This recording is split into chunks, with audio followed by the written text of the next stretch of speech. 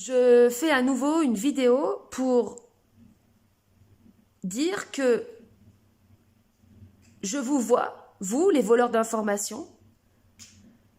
Ce que je dénonce, c'est pas en tant que tel le vol d'informations, c'est le détournement de l'information. Là, j'ai des amis qui me disent mais pourquoi tu t'énerves, y a rien qui t'appartient, le savoir est universel et tout. En effet, rien ne m'appartient et le savoir est universel. Oui. Mais ce que je dénonce, c'est le détournement de l'information, donc le détournement du savoir universel. Un détournement n'est pas universel. Et le détournement est produit par quoi chez les individus? Par leur orgueil. Donc en gros, par leur démon. Leur démon.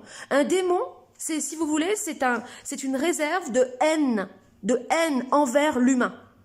Et moi, j'ai la haine du démon. En fait, j'ai la haine de l'humain. L'orgueil, c'est la vanité. C'est toutes ces personnes qui veulent briller d'une manière ou d'une autre, qui veulent se faire bien voir, qui veulent se la péter. Et bien souvent, soit qui se cachent, donc on ne voit pas leur visage, on voit des belles images ou des images, voilà, ou bien alors elles se montrent, mais derrière un masque. Et celle en l'occurrence là, en l'occurrence que j'ai remarqué, bon bah elle se montre, mais derrière son masque. L'orgueil, c'est cacher la souffrance, cacher la douleur. Quand tu es dans un processus créatif, quel qu'il soit, tu vis de la douleur. La digestion de l'information en tant que telle, l'expérience, ça fait mal. Donc déjà, le fait même de ne pas parler de ta douleur, c'est déjà bizarre. C'est déjà très louche. Ensuite, de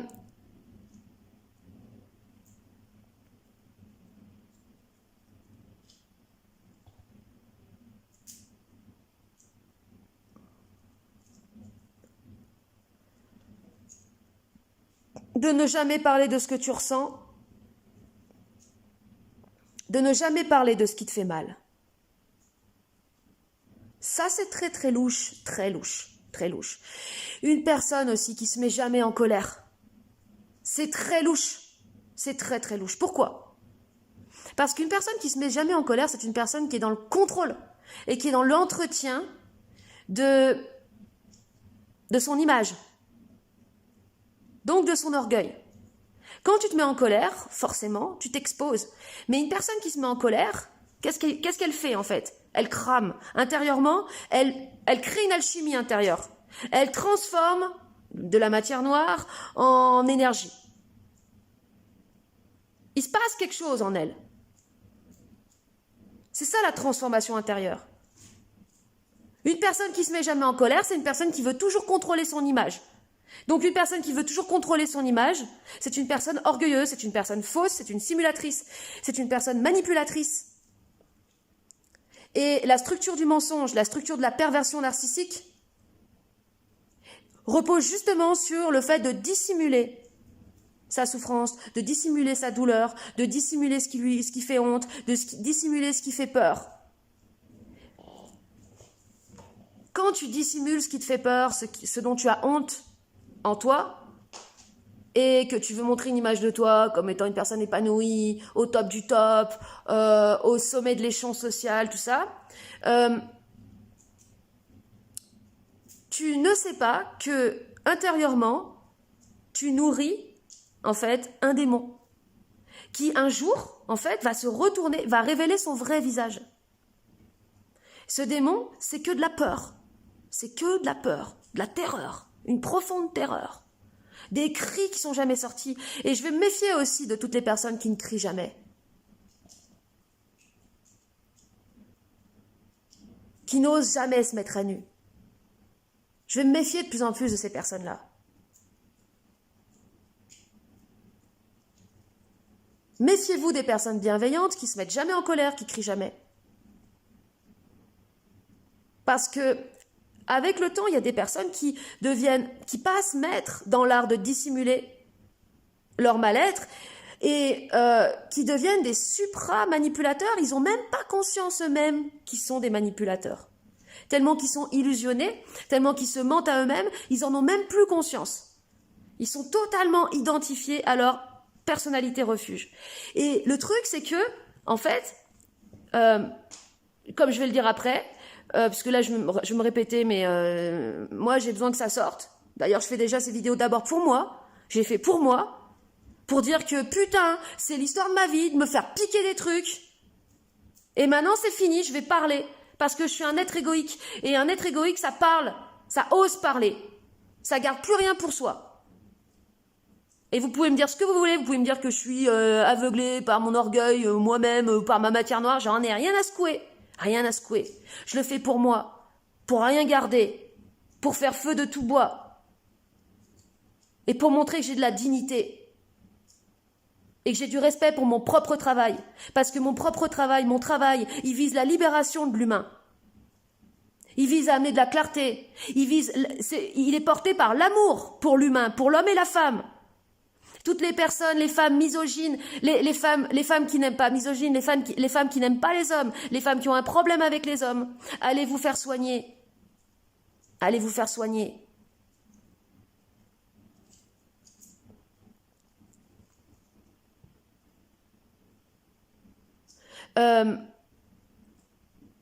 Votre orgueil, vos démons, vont faire que de toute façon, vous allez vous retrouver seul ou entouré de faux amis.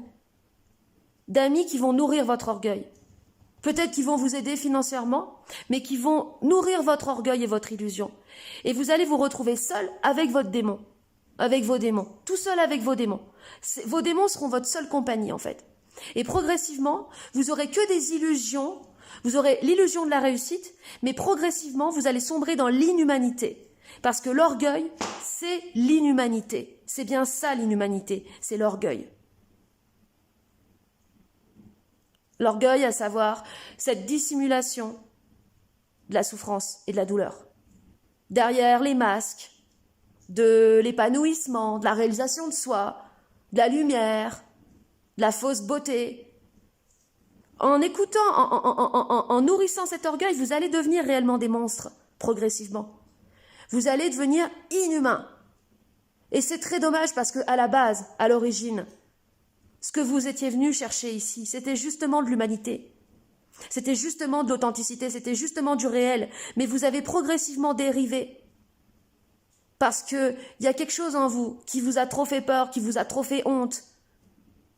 Vous avez préféré cacher. C'est con. Franchement, c'est très con. Pensez à ce que vous nourrissez de votre vivant. À ce que vous cultivez, parce que quand tu cultives l'orgueil, mais si tu savais que tu creuses ta propre tombe,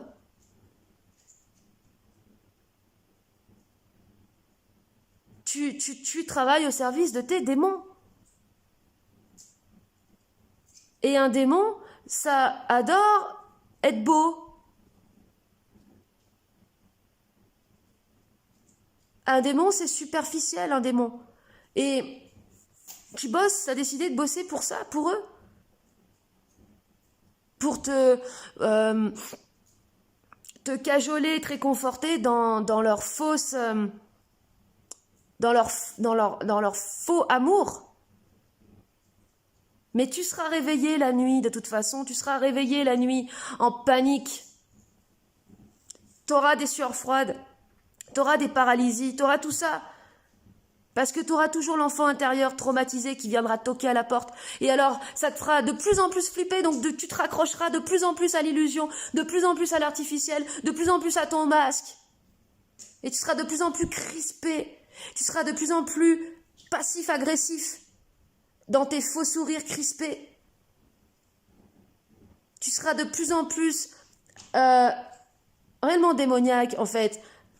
Gentil dans la forme, mais grondant de haine et de colère à l'intérieur.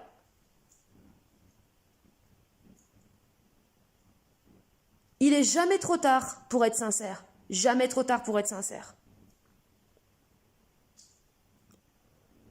Il est jamais trop tard pour faire tomber un masque.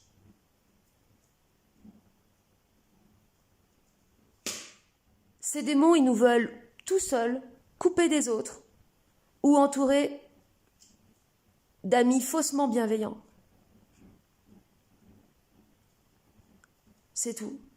Et c'est pas une vie, ça, putain. Si vous croyez que en faisant des vues sur YouTube, en ayant un public, vous savez même pas qui est ce public réellement, puisque vous parlez pas à votre public, il n'y a pas d'interaction, il n'y a pas réellement d'échange, ou alors il y a que des échanges intéressés, que des échanges faussement bienveillants, aucune sincérité réelle, aucun clash même. C'est pas normal de pas se clasher aussi avec les gens. Tu peux pas être d'accord avec tout le monde. Tu peux pas être gentil avec tout le monde, ça marche pas comme ça. Observe les animaux. Si t'es à ce point perdu, prends un chien, putain, tu vas apprendre des choses. Tu vas apprendre qu'il y a des chiens, ils peuvent pas se sentir et c'est sain qu'ils puissent pas se sentir. L'agressivité est saine parce qu'elle clarifie les choses. Elle met chacun à sa place.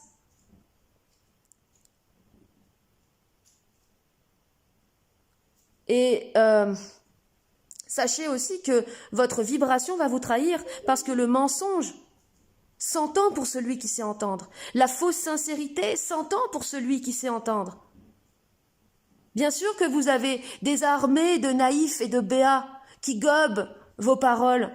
Mais est-ce que vous êtes heureux d'être adoré par des ombres? Est-ce que vous êtes heureux d'être adoré par des gens complètement perdus?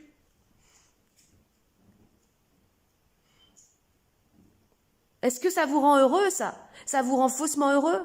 Ça vous rend dépendant, ça vous rend accro, d'en faire toujours plus, de rajouter toujours plus un truc pour avoir la sensation d'exister, d'avoir cette putain de sensation d'exister, mais c'est votre démon qui a juste la sensation d'exister, c'est pas vous-même. Et quand tu aimes plus ton image, l'image que tu as créée, la fausse image que tu as créée, quand tu aimes plus ton image que l'autre, quand tu préfères ton image à vivre une relation, à partager des moments avec les autres, c'est très grave, attention, attention.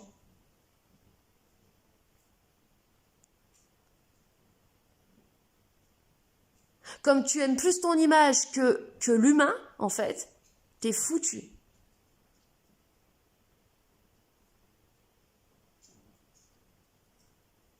Et s'il te reste encore un peu de sincérité vis-à-vis de toi-même, sois attentive aux signes, aux ressentis, parce que c'est le ressenti qui nous guide, c'est le ressenti qui nous parle. Quand tu es réveillé la nuit, tout d'un coup tu as peur, ces moments de stress, ces moments de panique, ces moments où tu as peur d'avoir la perte de contrôle, c'est le signe qu'il y a une immense obscurité en toi que tu veux pas voir. Quand y a quelqu'un qui dérange un truc que t'as mis parce que tu voulais pas que ce soit comme ça.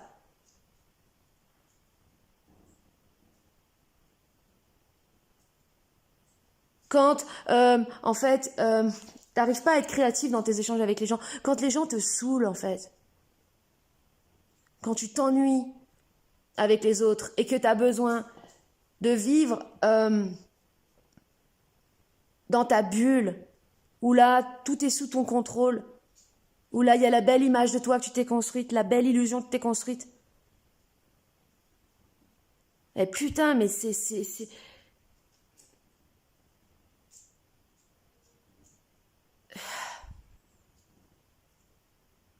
Toutes les personnes qui volent de l'information, qui s'imprègnent des informations des autres, ce que je dis, c'est le fruit de mon expérience, c'est aussi surtout le fruit de ma parole.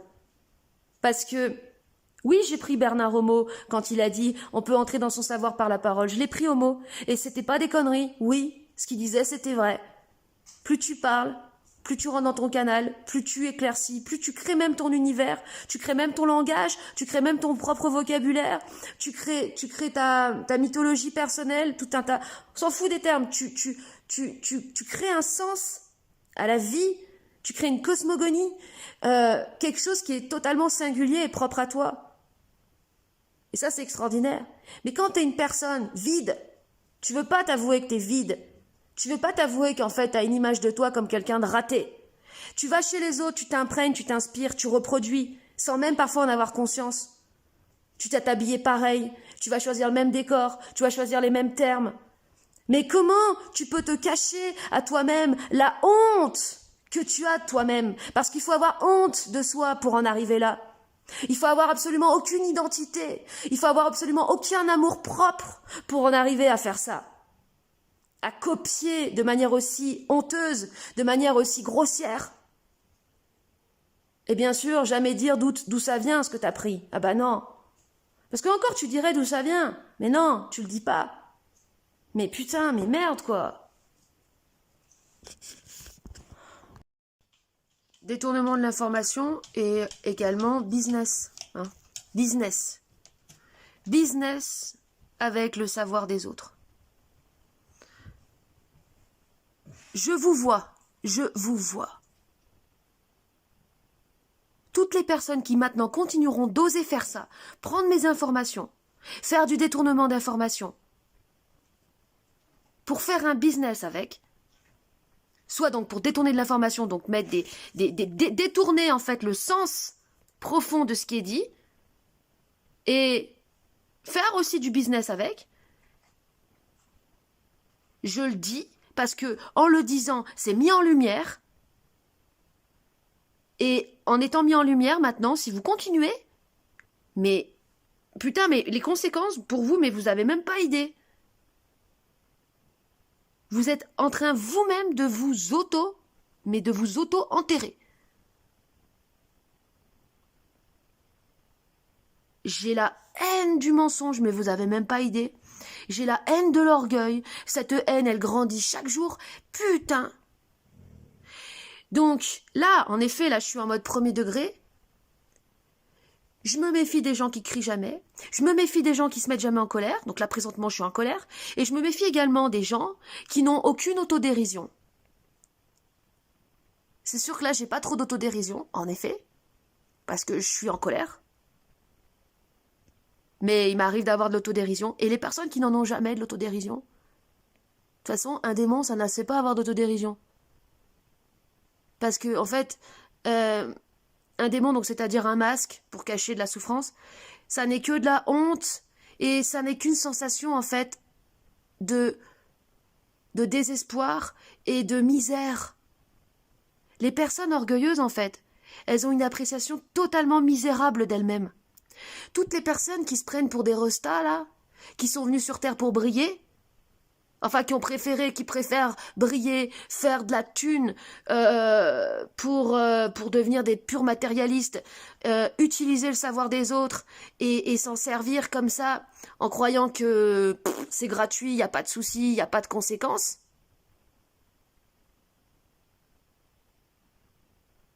Ben là, je vous fais un cadeau en vous disant que si, il y a des conséquences.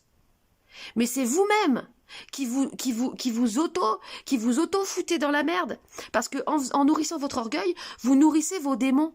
Et vos démons, à un moment donné, ils vont vous rattraper. En fait, tôt ou tard, dans la vie, vos propres démons vont vous rattraper. Là, c'est cool. Là, c'est cool pour vous. Vous êtes là, ouais, c'est la teuf. Mais quand vous allez arriver à un certain âge, ces démons, ils vont révéler leur vrai visage. C'est-à-dire ce visage d'amertume, ce visage de sensation, en fait, d'être une merde. Vous allez vous sentir une merde. Parce que, oui, toutes les personnes qui sont là qui se la pètent, en fait. Qui sont genre en mode, qui sont là pour se la péter. En fait, elles cachent qu'elles ont une appréciation, mais tellement pourrie d'elles-mêmes. Parce qu'en fait, il faut vraiment se sentir une merde finie pour avoir besoin de briller à ce point. Il n'y a que les merdes, en fait, qui ont envie de briller dans ce monde.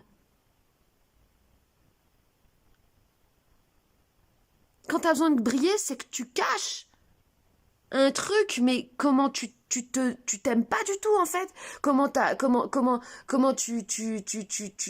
tu peux pas te voir en face.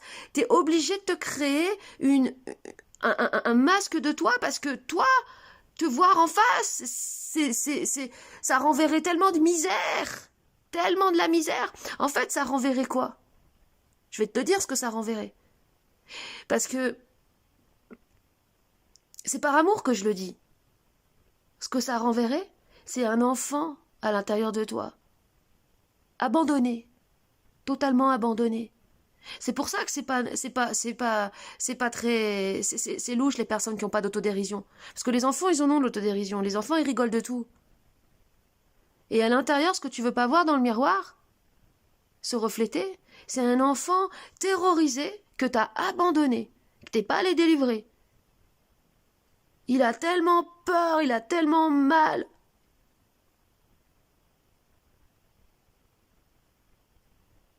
Et c'est un enfant, mais c'est aussi, ça peut être plein de choses. Je parle d'enfant parce que c'est dans l'enfance que tu as à un moment donné choisi de nourrir l'orgueil et te faire plaisir à papa, maman. Bien souvent, quand tu as des parents qui sont un peu trop, qui ont quelque chose à se reprocher, parce qu'ils n'ont pas forcément bien agi envers toi, ben en fait, après, ils essayent de se racheter en te donnant tout un tas de trucs, et en fait, sans savoir qu'ils sont en train de nourrir ton orgueil. Et moi, je me rends compte parce que c'est vrai que mon père m'a souvent beaucoup critiqué et tout, mais je me rends compte que c'est une chance. C'est une chance parce que si j'avais eu un père, parce que surtout que les relations père-fils, c'est quand même pour que ce soit sain, en fait, il faut que ce soit conflictuel. Quand c'est une relation trop amoureuse, en fait, c'est hyper malsain. Quand c'est une relation d'orgueil à orgueil, quoi. Ça peut être une relation d'orgueil à orgueil. Quand le père lui-même, il a des choses à se reprocher et qu'il veut se racheter avec de l'argent, c'est horrible. Donc des fois, il vaut mieux être un peu dans la merde, quoi. Pas trop être aidé.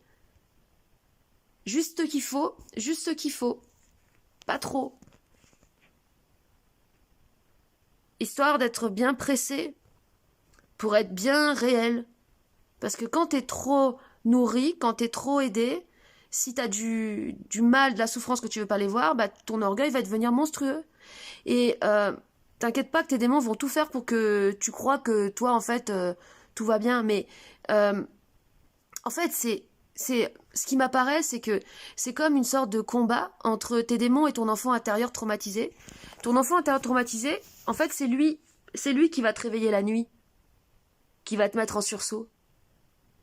Parce qu'il va t'appeler, mais viens me délivrer, viens me délivrer. Et très vite, le démon va revenir.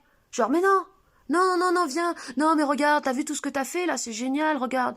T'as plein de fans, regarde, ça marche bien, regarde. Tu vois, au niveau matériel, t'as réussi bien. Ouais, t'inquiète pas, tout va bien, tu vois bien. Et hop, tu te rendors. Mais qu'est-ce que tu vas te raconter comme histoire par rapport à ce que t'as vécu la nuit où tu t'es réveillé en paralysie? Quelle histoire complètement rocambolesque que tu vas devoir t'inventer? Genre, tu vas peut-être imaginer que, en fait, c'est telle personne qui t'a parasité, elle t'a mis ses mauvaises énergies. Ça peut aller vite, hein? Donc après, ce qui se passe, c'est que quand tu commences à nourrir des histoires comme ça, tu vas observer que tu vas te retrouver de plus en plus seul. Mais en fait, tu seras pas vraiment seul parce que tu seras avec ton démon. T'écouteras ton démon. Ton démon, il va te mettre toute seule. Ou tout seul. Et comme j'ai pu le voir aussi dans les dérives sectaires de certaines communautés spirituelles, il y en a qui en arrivent même à croire, par exemple, que le fait d'être, même le fait de faire des enfants, ça peut empêcher le processus de l'éveil. Je sais, hein, c'est ce qui est répandu dans certaines communautés.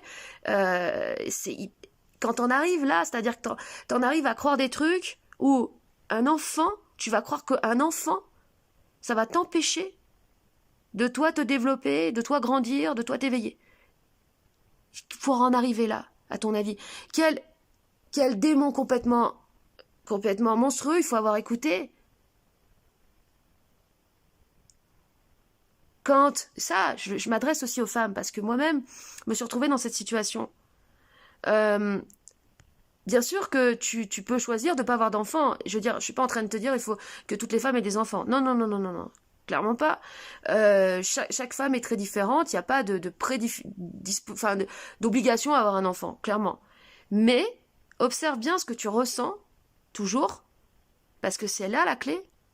Quand tu vois une famille avec une femme de ton âge qui est avec des enfants, qu'est-ce que tu ressens? Est-ce que tu te dis, oh là là, elle est complètement identifiée, tu juges? Est-ce que tu juges? Si tu juges, c'est qu'en fait, t'as un truc en toi, un démon. Les démons n'aiment pas les enfants, putain. Parce que en fait, c'est ça l'opposition. Démon, enfant traumatisé. Le démon, il veut t'emmener, il veut surtout te faire oublier que t'as un enfant traumatisé en toi. Il va te faire détester la vie, détester les enfants, détester même l'humanité, détester donc la sincérité.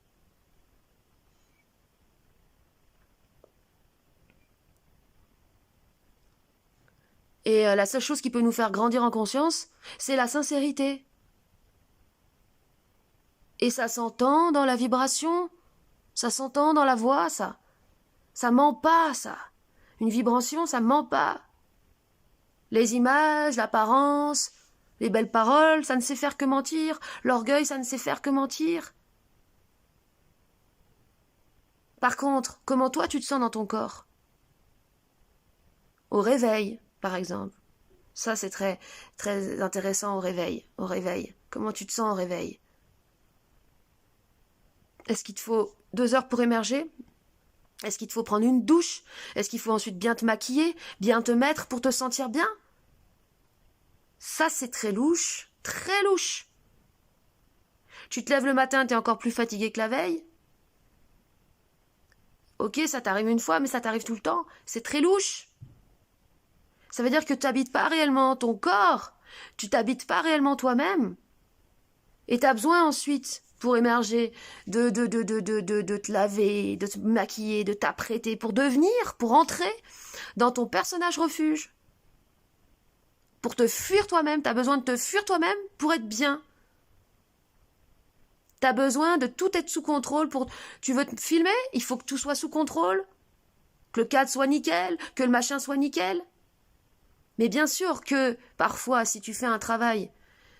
Moi, sur mon autre chaîne, je suis pas comme sur cette chaîne-là, l'autre chaîne qui porte mon nom.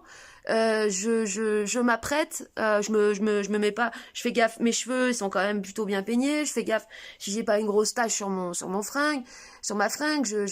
Quand même parce que c'est des vidéos qui sont bon assez spécialisées quand même parce qu'il y a des termes comme alchimie, transformation intérieure, des choses qui parlent pas à tout le monde, mais je voulais à la base que ça puisse s'adresser à tout le monde et je veux pas montrer. J'ai volontairement lissé mon image dans le but que ça puisse être plus facilement accepté par un large public afin que justement les outils soient mis à la disposition d'un plus grand nombre. Bon, c'est clair qu'elles sont pas beaucoup vues, mais elles sont déjà bien... Elles sont vues ce qu'elles doivent être vues. Et il y a des outils qui commencent à être utilisés, et je constate l'efficacité du truc. Mais tout ce que je veux mettre en avant, et aussi si j'ai mis une image assez... bon, je vais dire la plus agréable possible, c'est parce que comme je parle de trucs assez obscurs, j'ai parlé de démons, de ténèbres, de matière noire, je sais que ça fait peur, donc j'ai pas non plus envie de faire peur à tout le monde, puisque le but c'est bien de pouvoir transmettre ces outils. Voilà.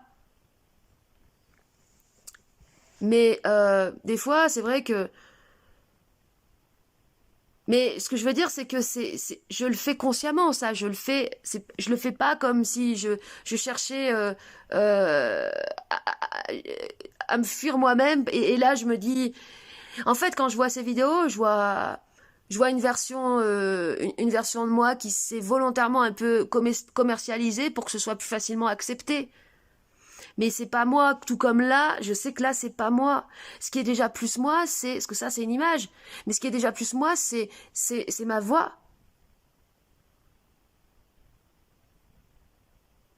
C'est déjà plus réel ça, la voix. Parce que la voix, la vibration, c'est ce qui se partage.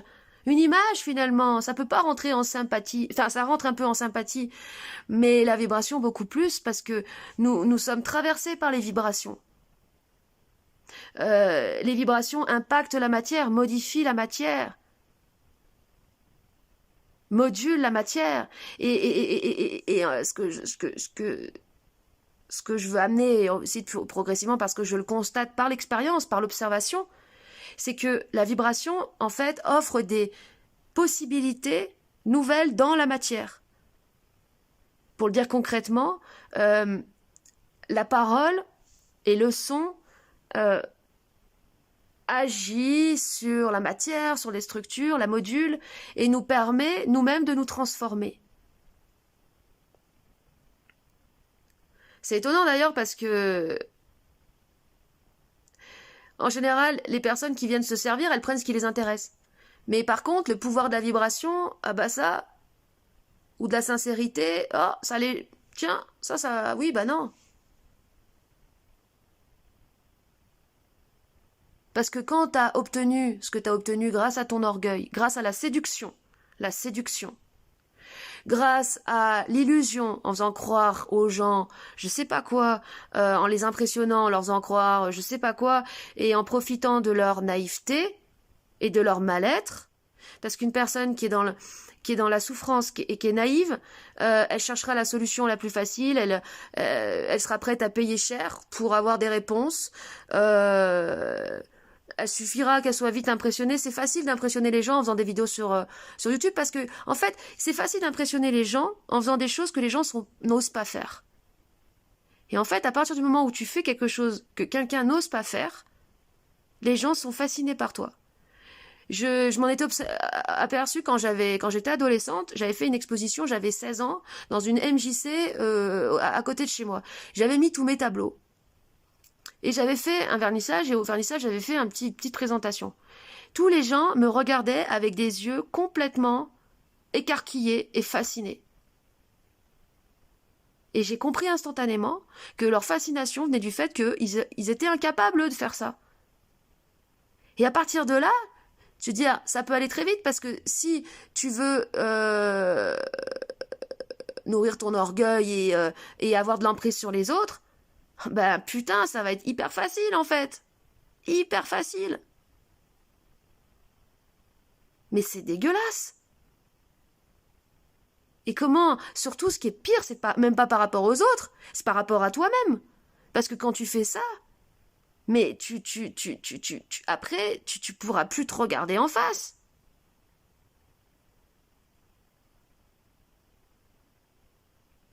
Et tôt ou tard, tu seras rattrapé. Non pas par la vie, non pas par le châtiment divin, non pas par je ne sais quelle autorité, mais par toi-même, même pas par toi-même, par tes propres démons, qui vont à un moment donné, tout ce que t'as refoulé, tout ce que t'as pas voulu voir, tout ce que t'as mis dans une boîte noire, tout ce que t'as mis dans l'ombre, et que t'as caché derrière la lumière, ça va ressortir à un moment donné. Par exemple, quand tu seras sur ton lit de mort, mais putain, mais pourquoi les gens n'y pensent pas à ça ? C'est-à-dire que tout ce que tu ne transformes pas de ton vivant, tout ce que tu ne transmutes pas à un moment donné, que tu n'affrontes pas, ça va ressurgir quand tu vas mourir, ça va tout revenir. Moi, j'en ai vu des personnes âgées à l'article de la mort, j'en ai pas vu beaucoup, mais suffisamment pour voir qu'il y a parfois dans certaines personnes qui n'ont jamais voulu affronter leur obscurité, elle arrive tout d'un coup, et c'est terrible ce que ces personnes traversent, ce qui a été appelé le purgatoire, hein. Ça, c'est des représentations, mais c'est ça, tu passes dans le purgatoire. Donc tous tes démons, ils reviennent et toute cette matière de terreur que tu n'avais pas voulu affronter et tout, elle remonte là, et comme t'es déjà tout vieux, t'as plus d'énergie pour tout transmuter, tu pars, tu meurs, envahi de terreur. Mais c'est horrible.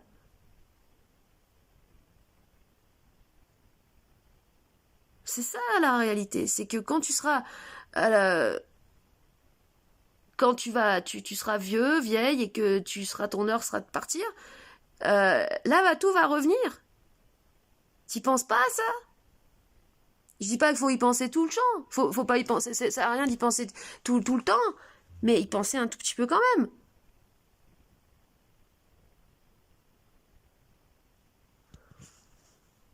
Ça me fait penser à Lady Gaga. J'avais vu cette interview terrible où elle est, je crois qu'elle est avec le Dalai Lama, et ou c'est une autre, et elle explique comment la nuit elle est réveillée, comment elle est incapable de dormir seule parce qu'elle est hantée. parce qu'elle a fait des choses pour le succès qu'elle regrette. Par inconscience, bien sûr, mais elle s'est fui elle-même. Et tôt ou tard, tout ce que tu as fui, ça te rattrape. Tôt ou tard. Combien de personnes, à partir de 60, 70 ans, commencent là vraiment, sérieusement, à être rattrapées? Et moi, je vois tout. Non, moi, ce qui me choque, moi, c'est les acteurs français que j'ai beaucoup, que j'aimais beaucoup, sans dire de nom, mais les principaux acteurs français, la plupart, ce qu'ils sont devenus aujourd'hui, enfin, qui étaient les références dans les années 90, tout ça, ce qu'ils sont devenus aujourd'hui, mais putain, mais. Et le truc, c'est qu'il y a des contre-exemples qui montrent que c'est pas parce que t'es âgé que tu vas dépérir, ou que tu seras un naufrage, ou que tu seras une ombre, ou que tu seras complètement rattrapé par tes démons, parce qu'il y a des personnes âgées qui sont radieuses, irradiantes, ce qui n'a rien à voir avec la lumière. Facile d'avoir de la lumière sur soi, d'être lumineux quand t'as les projecteurs sur toi. Même le fait de se filmer, moi, je sais, quand je fais mes vidéos là sur mon autre chaîne, avec un bon éclairage, t'as un côté, c'est très lumineux. Mais entre être lumineux et après, t'es attaché, t'es amoureux de ton image. Entre être lumineux et être irradiant, c'est pas la même chose. Parce que d'ailleurs, facile d'être lumineux à l'image, mais irradiant, c'est dans la vraie vie. Euh,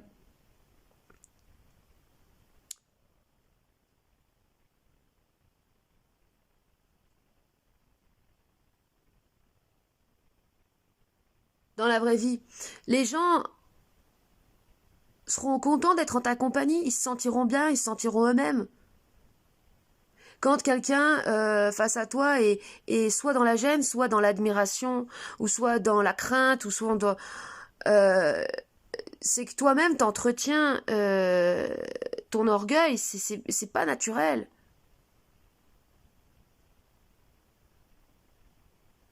En fait, toutes les relations qui sont pas...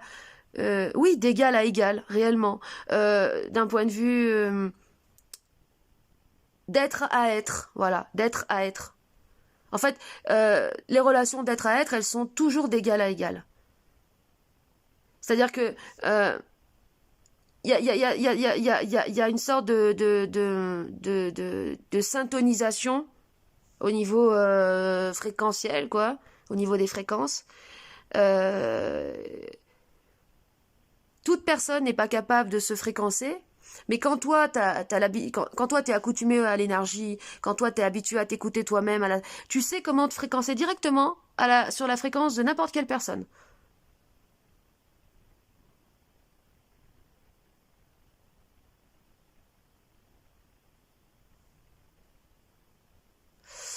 Et le truc, c'est que, pourquoi c'est important de parler aux autres, de chaque jour, hein.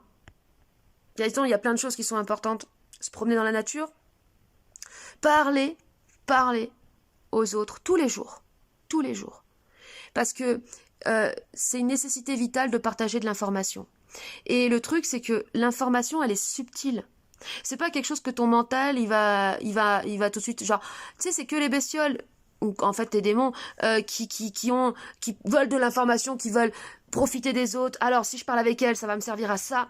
Il faut que je sois sympa avec elle parce que cette personne va m'apporter ça. Ça, c'est l'aspect calculateur. Ça, c'est les démons. Euh, dans la réalité, du partage réel de l'information, il y a toujours un partage d'information avec n'importe quelle personne avec qui tu parles, et avec n'importe quelle personne avec qui tu parles, ça se présente dans ta vie, c'est qu'il y a une raison, et vous allez partager de l'information, et elle va t'apporter, et toi aussi tu vas lui apporter. Et ça, c'est vital. Donc c'est pas naturel aussi ces personnes qui bloquent les échanges, qui sont uniquement dans un truc unilatéral, où il n'y a pas d'échange, où il n'y a pas... Parce que ce sont des personnes finalement qui n'écoutent que leur orgueil, que leur démon. Et un démon, encore une fois, il te veut tout seul avec lui. En tête à tête avec lui.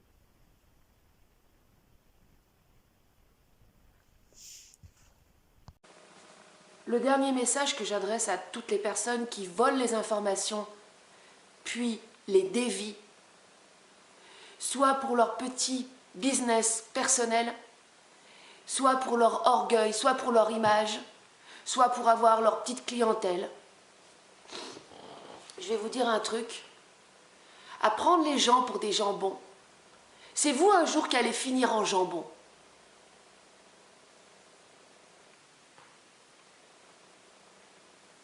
Tous ceux qui croient qu'ils sont en contact aussi avec je ne sais pas trop quelles entités, je ne sais pas quelle source originelle ou je ne sais pas quoi, et qui jouent à impressionner les autres en soi-disant canalisant les informations, alors que ce qu'ils canalisent, c'est ce qu'ils prennent chez les autres. Parce que des personnes sincères, il y en a, hein. Il y en a partout, il y en a même sur YouTube. Mais si vous croyez que les gens sincères, ce sont des gens bons, c'est-à-dire ce sont des gens gentils, qui vont rien dire, qui vont se laisser voler. Si vous croyez que les gens sincères, qui vous partagent des trucs qui viennent de leurs expériences ou de leur tripes ou de leur cœur, et vous pouvez les voler et qui vont rien dire, vous vous trompez. Oui, parce qu'il y a réellement des synchronicités. Hein. C'est-à-dire que en ce moment, bah oui, plusieurs personnes comprennent en même temps les mêmes choses. Et ça peut se faire avec... moi, je sais, je le vis quotidiennement avec plein de personnes avec qui je suis en contact. On comprend les mêmes choses en même temps. Et ce truc de l'opposition, par exemple, égo-orgueil, il y en a plein qui commencent à comprendre que le problème c'est l'orgueil et tout. Mais il y a une différence entre quand c'est toi qui le comprends par toi-même ou bien quand tu as copié l'information parce que tu as regardé chez les autres et tu reproduis de manière totalement en fait mécanique, sans même en avoir conscience, tu as photographié et tu reproduis parce qu'en fait tu n'as pas d'identité. Alors un coup si tu vas copier par ici, après tu vas copier par là, puis au petit bonheur la chance, et puis en fait tu feras une soupe. Parce que c'est comme la musique de merde, au final ça fait de la soupe, ça fait un truc totalement plat, sans aucune intensité, sans aucune saveur, voilà, c'est la soupe populaire, vas-y, c'est de la flotte et c'est tout quoi. Eh bien en fait la différence qu'il y a, parce que par exemple, j'avais observé des synchronicités, à un moment donné j'ai parlé des trolls, une synchronicité avec, si vous ne connaissez pas la chaîne Ose échanger, il avait parlé des trolls 3 semaines avant, tu vois, bon, des petits exemples comme ça. En fait, le truc, c'est que quand ça vient vraiment de toi, eh bien, en fait, tu vas exprimer l'information dans tes mots, à ta manière, avec ta patte. Oui, la patte du chien. Oui, oui, avec ta propre patte. Donc, par exemple, je vous donne l'exemple du gars qui anime la chaîne Ose échanger. Lui, il a compris que l'orgueil, c'était le fait de porter un masque, que c'était de se cacher derrière des identités refuges. Donc, qu'est-ce qu'il a fait? Il s'est foutu à walper. Il a fait un live sur Facebook et il s'est foutu à walper. Il l'a fait, mais vraiment à walper. Et son truc, il est passé pour voir si ça allait passer, tout ça, les limites, tester. Il l'a fait à sa manière.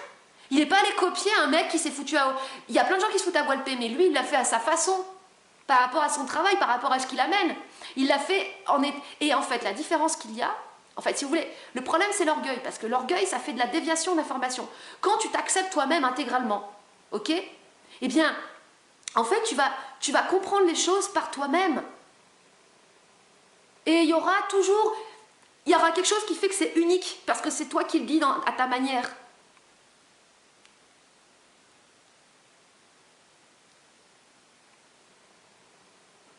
Et je vous assure que la différence, elle se voit. Hein. Elle est flagrante. Hein. Et moi, je peux pas, même une personne qui, par exemple, les personnes qui écoutent mes vidéos sur les différences égo-orgueil, qui reprennent le travail et qui ensuite font des vidéos mais qui continuent de se cacher. On ne voit pas leur gueule. On ne voit pas leur gueule. Ils préparent tout, ils écrivent tout, ils lisent tout, tout est calculé, tout est sous contrôle. Mais il y a un souci. Vous n'avez pas compris en fait. Donc vous avez pris l'information quelque part, ça ne vient pas de vous. Parce que si vous l'aviez réellement compris, vous ne feriez pas ça en fait. Concrètement, concrètement, vous ne feriez pas ça. Vous iriez vers plus de transparence, vers plus de mise à nu, voilà.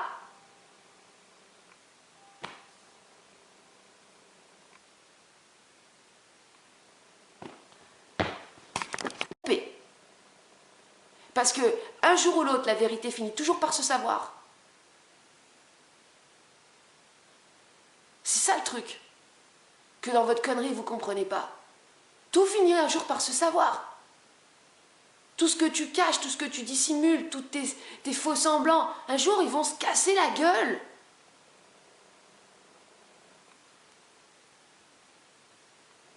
Donc là, je vais vous lire un petit passage de l'Apocalypse. 3, 14, 16.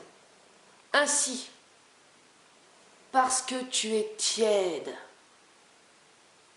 et que tu n'es ni froid ni bouillant, je te vomirai de ma bouche.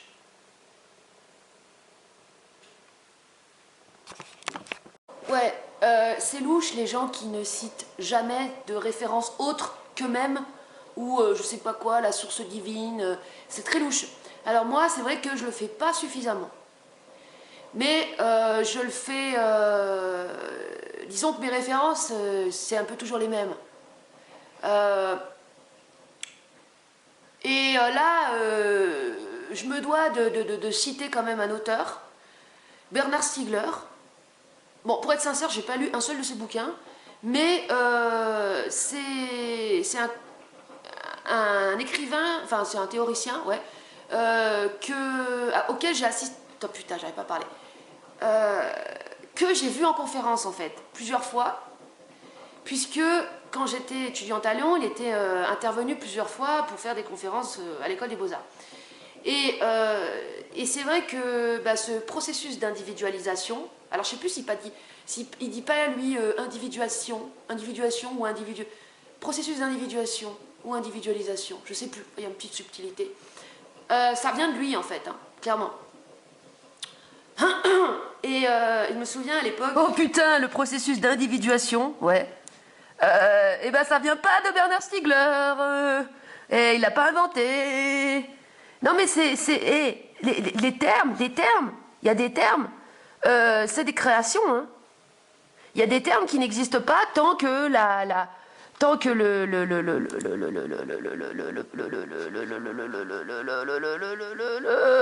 l'intellectuel ne l'a pas créé. L'individuation est un concept clé de la psychologie analytique du psychiatre Jung. Et voilà, c'est Jung qui l'a créé. Et c'est important ça quand même, hein, de citer des choses comme ça. Moi, je suis en train de créer l'être égoïque. La définition, vous pouvez regarder dans Google. Être égoïque, est-ce qu'elle existe? Alors, égoïste, oui, mais pas égoïque. Non. Le soi égoïque.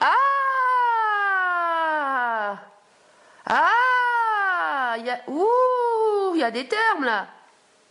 Égotique, j'avais même pas vérifié. Oh, la meuf, c'est quoi? C'est quoi cette meuf? Bonjour le professionnalisme. Mais j'avais regardé, je déconne. Le problème, c'est qu'ils n'ont rien compris, eux. Le soi égoïque. Donc, le 1er octobre 2017, sur le machin, la conscience et les symboles. Existe dans un état de confusion et d'opposition en lui-même. Ce qu'il pense n'est pas en accord avec ce qu'il ressent, ni ce qu'il fait. Il y a un conflit avec les émotions et l'esprit. Pourquoi je prends cet accent de merde? Ne peut pas entrevoir la vraie liberté. La vraie liberté! Car existant uniquement dans la vibration de la peur et de la confusion. Écoute, Coco, je sais pas qui c'est qui a écrit là. Tu parles de l'orgueil, mon ami. Tu n'as pas compris, toi. Mais ça, c'est vieux, ça date de 2017. À l'époque, ce souci uniquement de lui et de ce qui est sien. Bon, tout ça, tu parles de son confort. C'est quoi, une pub pour les tasses? Sont moches, vos tasses. Elles sont à chier. Ah, putain. Pourquoi j'ai cette annonce? Je n'ai même pas envie de savoir. C'est de la merde. Bon, voilà. Il faut pas faire votre site sur des... Il faut pas faire des sites sur des sites pourris là qui foutent des pubs comme ça, hein. Moi, je sais, j'avais un blog à l'époque, il y avait que des pubs partout, c'était insupportable. Enfin, après, j'aimais bien le côté insupportable aussi, mais là, non, là, vous avez déconné. Je sais pas, qu'est-ce que vous avez écouté comme démon qui vous a dit de faire votre site sur ce site de merde. C'est de la merde. Ouais. Non, parce que les démons, ils te font faire des choix de merde, de toute façon. Emploi de la sorcellerie. La sorcellerie pour apporter la concordance avec sa volonté égoïque. Voilà, vous voyez, ça c'est typique des gens qui comprenaient pas ce que c'est que l'ego, qui comprenaient pas l'opposition ego-orgueil. Votre ego, c'est ce qui va vous sauver de votre orgueil. Et donc ça va être ma création, c'est l'être égoïque. Petite parenthèse, pour ceux qui osent parler de moi, parce que après je vais dire que je vais parler d'une personne, sans citer le nom bien sûr, qui me critique sans être constructif. Hein, la critique qui est du jugement mais qui n'est pas constructif, c'est un démon de toute façon. Un démon ne sait que détruire, ne sait pas créer, mais la critique peut être très bonne et c'est quand elle est constructive. Et j'en sais quelque chose, hein, parce que je viens d'une famille très critique. Mais quand tu es critique sans être constructif, alors là, c'est ton orgueil de merde. Oui, une personne qui ose me critiquer. Il y en a qui disent, parce que c'est des amis qui m'ont rapporté des trucs, il y en a qui disent que je fais du supramental. Supramental et coaching, que je mélange les deux. Je vais vous dire, les amis là, que vous n'êtes pas des amis, parce que vous êtes cons. Je me fais chier à déconstruire supramental. J'aime pas ce mot en plus. La première fois que je l'ai entendu, j'avais envie d'aboyer. Supramental, non mais c'est quoi? C'est complexe d'impuissance. Supramental. Pour les gens qui se prennent au sérieux, qui se prennent pour des super-héros de leur mental. Et quoi? Parce qu'ils ont une petite tub, je sais pas, c'est quoi leur délire à eux? Les super-héros, de toute façon, c'est les archétypes des complexes d'impuissance. Non. Je fais pas de supramental. Coaching, je le dis, je le redis, comme ça vous allez entendre avec vos oreilles bouchées. Le coaching, c'est la version actuelle de ce qui était appelé avant la maïotique. Maïotique, l'art d'accoucher de soi-même. Les maïoticiens, ce sont ceux qui accompagnent les autres à accoucher d'eux-mêmes. Il n'y a rien de plus noble, putain. C'est le plus beau métier du monde. Je suis en train de le définir moi-même. Et si vous n'êtes pas capable de gagner de l'argent avec votre activité, avec votre art, avec ce que vous avez créé, bah vous êtes nul en fait. Alors je ne sais pas comment vous gagnez votre argent, mais vous êtes frustrés de ceux qui gagnent leur argent par eux-mêmes. Vous avez un problème avec la bête, parce que l'argent, c'est la matière. Vous avez un problème avec la bête, avec le 666. Vous êtes déflippés, vous reproduisez, vous n'êtes pas créatif parce que vous faites tout le temps la même chose. Vous reprenez les termes des autres, vous jugez sans connaître. Mais attention à ce que vous faites, hein. Mais c'est vous-même. Parce que quand vous faites planer des menaces, parce qu'il y en a un qui fait planer une menace, que comme quoi moi je vais encore expérimenter les lois de je sais pas quoi, bref, vous faites indirectement, vous faites planer des menaces, qu'il y aurait un sort qui va s'abattre sur moi.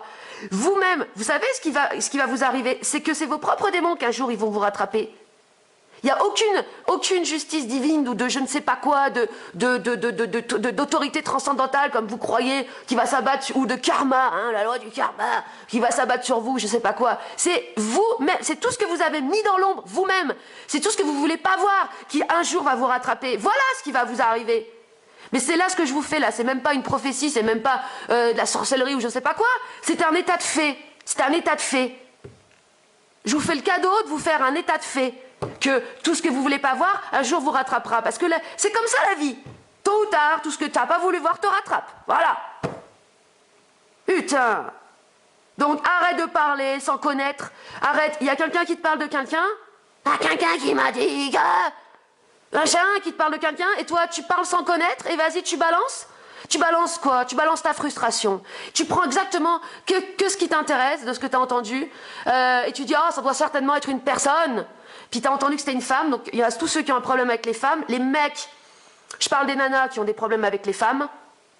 Et je vais aussi parler des mecs qui ont des problèmes avec les nanas. Tu parles de nanas parce qu'en fait tu as peur des femmes, parce que ça fait combien d'années que tu n'as pas touché un corps de femme. Les mecs qui touchent plus les corps de femmes. Ou les corps d'hommes, s'ils sont homosexuels et qu'ils ne l'assument pas, parce que c'est pas, encore une fois, c'est pas un trouble d'être homosexuel, il y en a encore qui croient que c'est un trouble ou une maladie, non, c'est parce que l'âme, elle est indifférenciée, elle est ni homme ni femme, et l'homosexualité, c'est un terme, c'est une étiquette, mais avant que ce soit une attirance entre deux personnes de même sexe, c'est une attirance entre deux âmes, donc voilà. Bon, bref, en tout cas, si tu as un problème avec ton homosexualité, machin, ou que tu touches plus du tout un corps d'homme et tout, il y a un souci, en fait. Tu vas tomber malade. Parce que nous avons besoin de partager de l'information, aussi dans la sexualité. Donc nous avons besoin de toucher des autres corps, d'avoir des relations charnelles. Sinon, on devient des désincarnés, on devient des espèces de cerveaux malades. Voilà. Putain. Ah non, mais je suis en colère, là. Là, c'est vidéo coup de gueule. Et je me méfie des gens qui se mettent jamais en colère. Parce qu'ils crament jamais rien. Ils entretiennent leur pestilentialité dans leur tiédeur, dans leur contrôle, dans leur tiédeur. Ils nourrissent leur orgueil, voilà ce qu'ils font. Vous croyez quelqu'un qui se met en colère, c'est quelqu'un d'orgueilleux? Non, c'est une personne qui veut un changement. C'est une personne qui aime la vie, parce qu'elle aime le changement, la transformation. Et ceux qui osent parler de transformation intérieure, sans comprendre, sans avoir compris que la transformation intérieure, c'est puiser dans ses tripes toute sa négativité pour la transformer, et qui parle de transformation intérieure pour se la péter, ça va chier. Ça va chier, ça va chier, ça veut dire, ouais, j'en ai rien à foutre, ça veut dire quoi? Ça veut dire j'en ai rien à foutre, ça veut dire que c'est vous-même, que vos démons vont vous rattraper vous-même. Et sur mon autre chaîne, parce que, en fait, le vol, il s'est produit sur mon autre chaîne, donc ça se trouve, voilà, moi je mets ça sur ma vidéo. Sur mon autre chaîne, je la garde pour des vidéos qui sont des vidéos synthétiques, où j'explique en fait tous mes... où j'expose en fait mes outils, mes termes aussi, j'explique mes termes comme matière noire, bestiole, orgueil, enfin tous ces trucs-là, mais destinés en fait à plus un large public en fait, que ce soit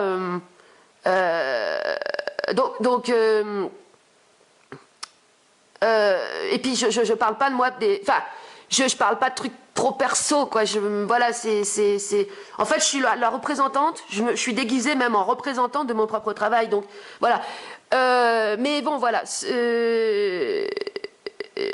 vous croyez que vous pouvez débarquer comme ça, prendre les trucs pour votre compte personnel, en mode genre non vous vous plantez parce que moi je le vois, et rien que le fait que je le vois et que je dis que je l'ai vu, de toute façon c'est mis en lumière. Donc là maintenant, si ça continue, attention, parce que du coup c'est pas la même chose.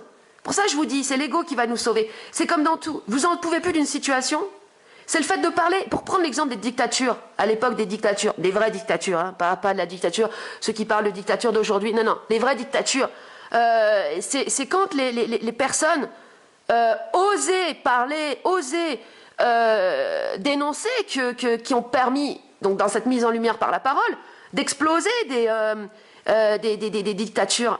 Tant que les gens disent rien et qui soutiennent les trucs, bah ça continue. Hein, c'est très simple en fait. Voilà. Moi je dénonce et je le ferai tant que je devrais dénoncer des choses, je dénoncerai des choses. Surtout ce qui a trait au vol de l'information et au détournement de l'information par l'orgueil. Ça c'est donc parce qu'il y a deux types de détournement. Il y a le détournement où les personnes prennent les trucs que je dis mais détournent le sens. Et après il y a celles qui détournent pas trop le sens mais le récupèrent pour leur orgueil, pour leur petit business, pour leurs petites affaires, pour leur petite clientèle. C'est la même chose. C'est tous les deux, c'est un détournement. Et ça c'est hors de question. Et encore une fois, ça ne veut pas dire que gagner son argent en faisant son activité, c'est mal, bien au contraire, puisque c'est l'aboutissement. Il faut se réaliser aussi au niveau professionnel, sinon tu n'es pas heureux dans ta vie aussi. Donc c'est très bien, mais tu n'as pas le droit d'aller voler chez les autres. Tu n'as pas le droit d'aller voler chez les autres. Et encore une fois, un vol, c'est un copiage, donc c'est les mêmes termes, tu reprends les mêmes termes, tu fais pareil. Alors que quand il y a un truc que tu as compris par toi-même, tu vas l'exprimer à ta manière. Et surtout, ça fera sens. Donc si tu as compris c'est quoi l'orgueil, oui, tu te mets à walper parce que tu as compris. Voilà. Non mais c'est bon. Et quand je parle de masques, je parle pas des masques chirurgicaux. Je parle des masques du paraître. D'accord ? Lumière sur sa gueule, foutre sa lumière sur sa gueule, travailler son apparence, même s'il faut un minimum, je suis d'accord que tu vas pas t'exposer, moi sur mon autre chaîne, je me mets pas, t'as vu, je me mets pas les cheveux mal peignés, en mode pyjama, je suis pas con, parce que voilà, j'apporte un esprit, je suis dans un esprit dynamique pour amener cet esprit de changement, de transformation, donc je vais pas me mettre en pyjama, parce que sinon ça va être incohérent vis-à-vis de mon travail, donc forcément je suis en débardeur, j'ai les bras qui sont libres, qu'on voit les bras, et tout ça c'est des choix conscients, parce que en fait, pourquoi je monte mes bras ? Parce que les bras dans l'inconscient ça renvoie à l'action. Et moi mon truc c'est justement transmettre l'action. Et aussi par la parole, action, la parole est transformatrice, la vibration est transformatrice. Donc je fais exprès de montrer mes bras. Et là il va neiger et tout, bah, je remettrai mes bras nus. Pour être dans cette logique de l'action. C'est pas un choix esthétique, purement pour être là, genre je suis trop jolie avec mon petit débardeur noir et tout. Non. C'est un choix volontaire pour montrer que je suis dans l'action. Pour que les gens, ensuite, eux aussi, aient envie d'être dans l'action. Et si toi tu crois que c'est satanique de vouloir aider les autres, accompagner les autres au changement, à la transformation, écoute, t'as un problème. Hein. T'as un problème avec... t'as un problème. Et tu regardes, parce que t'aides pas vraiment les autres. Qu'est-ce que tu entretiens, qu'est-ce que tu nourris? Toujours des complots, toujours de la dualité, les uns contre les autres. Bah écoute, il y a un petit souci là. Je sais pas qui c'est que t'écoutes à l'intérieur. Mais c'est pas intelligent. Et moi je vais vous dire un truc, hein. Je vais me refaire faire une carte d'électeur, vous savez quoi? Je vais me refaire faire une carte d'électeur spécialement pour ces élections et je vais voter Macron. Et ouais, je vais voter Macron. Voilà. Comme ça mes idées politiques, elles sont exposées, tout est exposé. Je vais voter Macron. Ah ouais.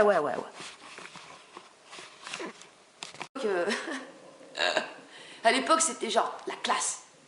Genre, c'était là, genre, ah, processus d'individualisation, hein. T'es dans ton processus d'individualisation, ouais. On était les bestioles étudiantes, là, et on était en recherche d'identité, quoi.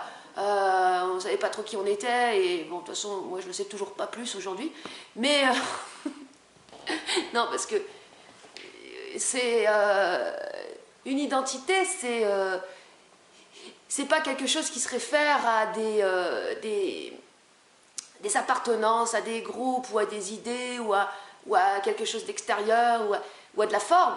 C'est, pour moi aujourd'hui, là où j'en suis, ce que j'amène, c'est la capacité de supporter son ego, donc de parler, de s'exprimer, de dire ça oui, ça non, de dire à telle personne ferme-la, ou de dire à telle personne de se mettre sur la même fréquence et de parler. C'est tout un éventail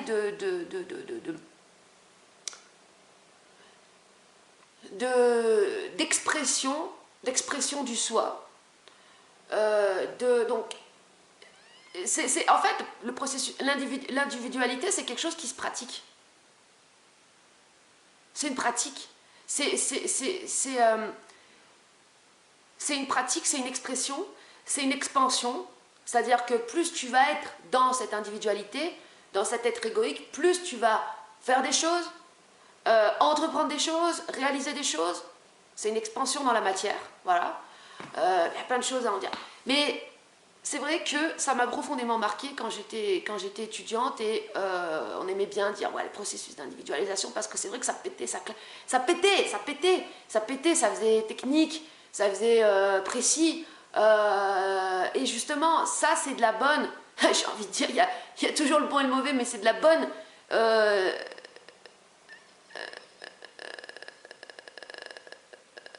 comment je peux dire quand tu te la pètes, de la bonne pétage, non mais une bonne façon de se la péter, parce que en fait c'est réellement le projet, c'est de devenir un être individualisé, et donc dans ce contexte-là, de supporter sa solitude, dans ce contexte-là, de devenir son propre canal, dans ce contexte-là, se mettre à nu complètement, et c'est réellement ce qui s'oppose à l'orgueil, et au personnage de façade, et à tout cet enfermement dans le monde de l'illusion.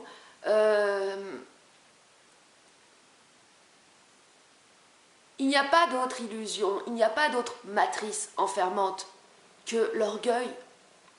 Parce que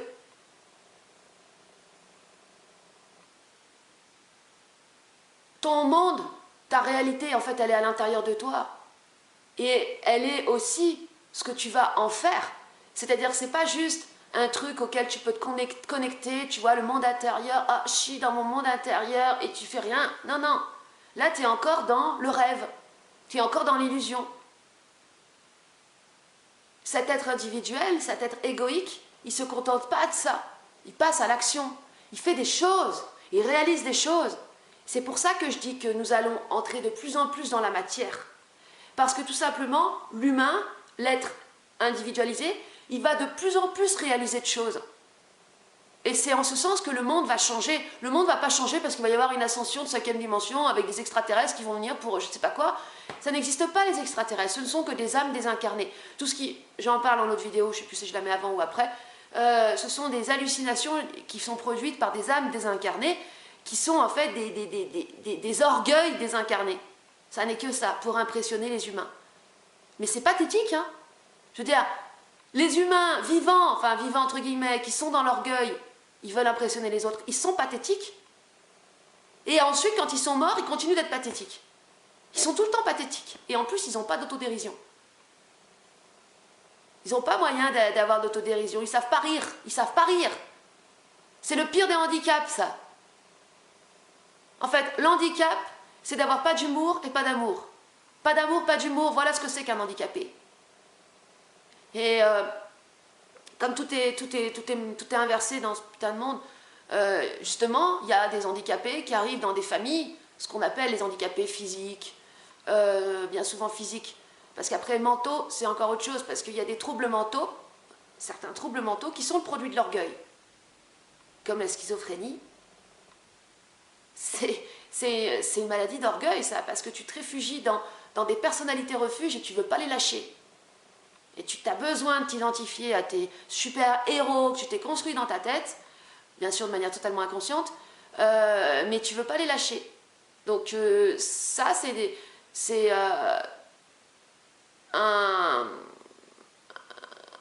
vraiment, moi quand je parle des handicapés, c'est ceux qui, des handicapés physiques ou par exemple des trisomiques. Ce sont des personnes qui sont que amour,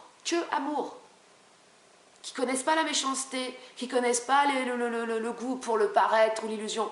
Et donc finalement, ils sont moins handicapés que ceux qui veulent pas lâcher leur orgueil. Et moi, je vais devenir de plus en plus totalement impitoyable. Impitoyable. Et j'aurai plus aucun... Parce que les personnes orgueilleuses adorent utiliser l'affect et les sentiments pour essayer de générer des effets. Des effets de merde, hein. Le sentimentalisme, la victimisation, l'affect, tous ces trucs qui vont nulle part, qui servent juste à chouigner. Ça va nulle part, il n'y a pas de projet derrière, de toute façon. Ou à faire la belle, hein. À mimer l'épanouissement de manière tellement grotesque. Eh bien, ces personnes-là, je n'aurai plus aucune pitié pour elles.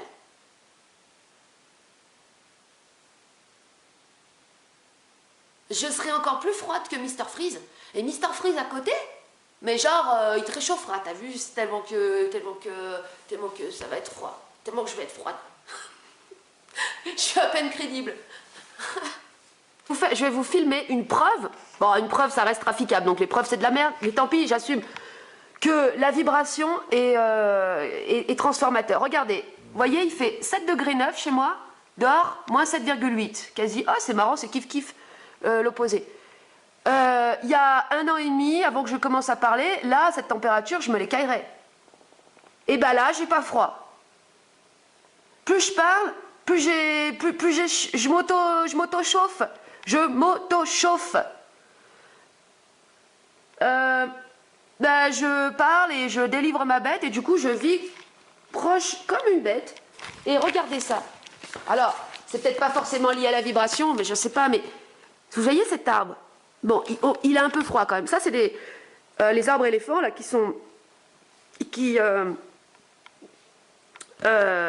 vivent plutôt en milieu chaud, enfin tropicaux, je crois, je crois.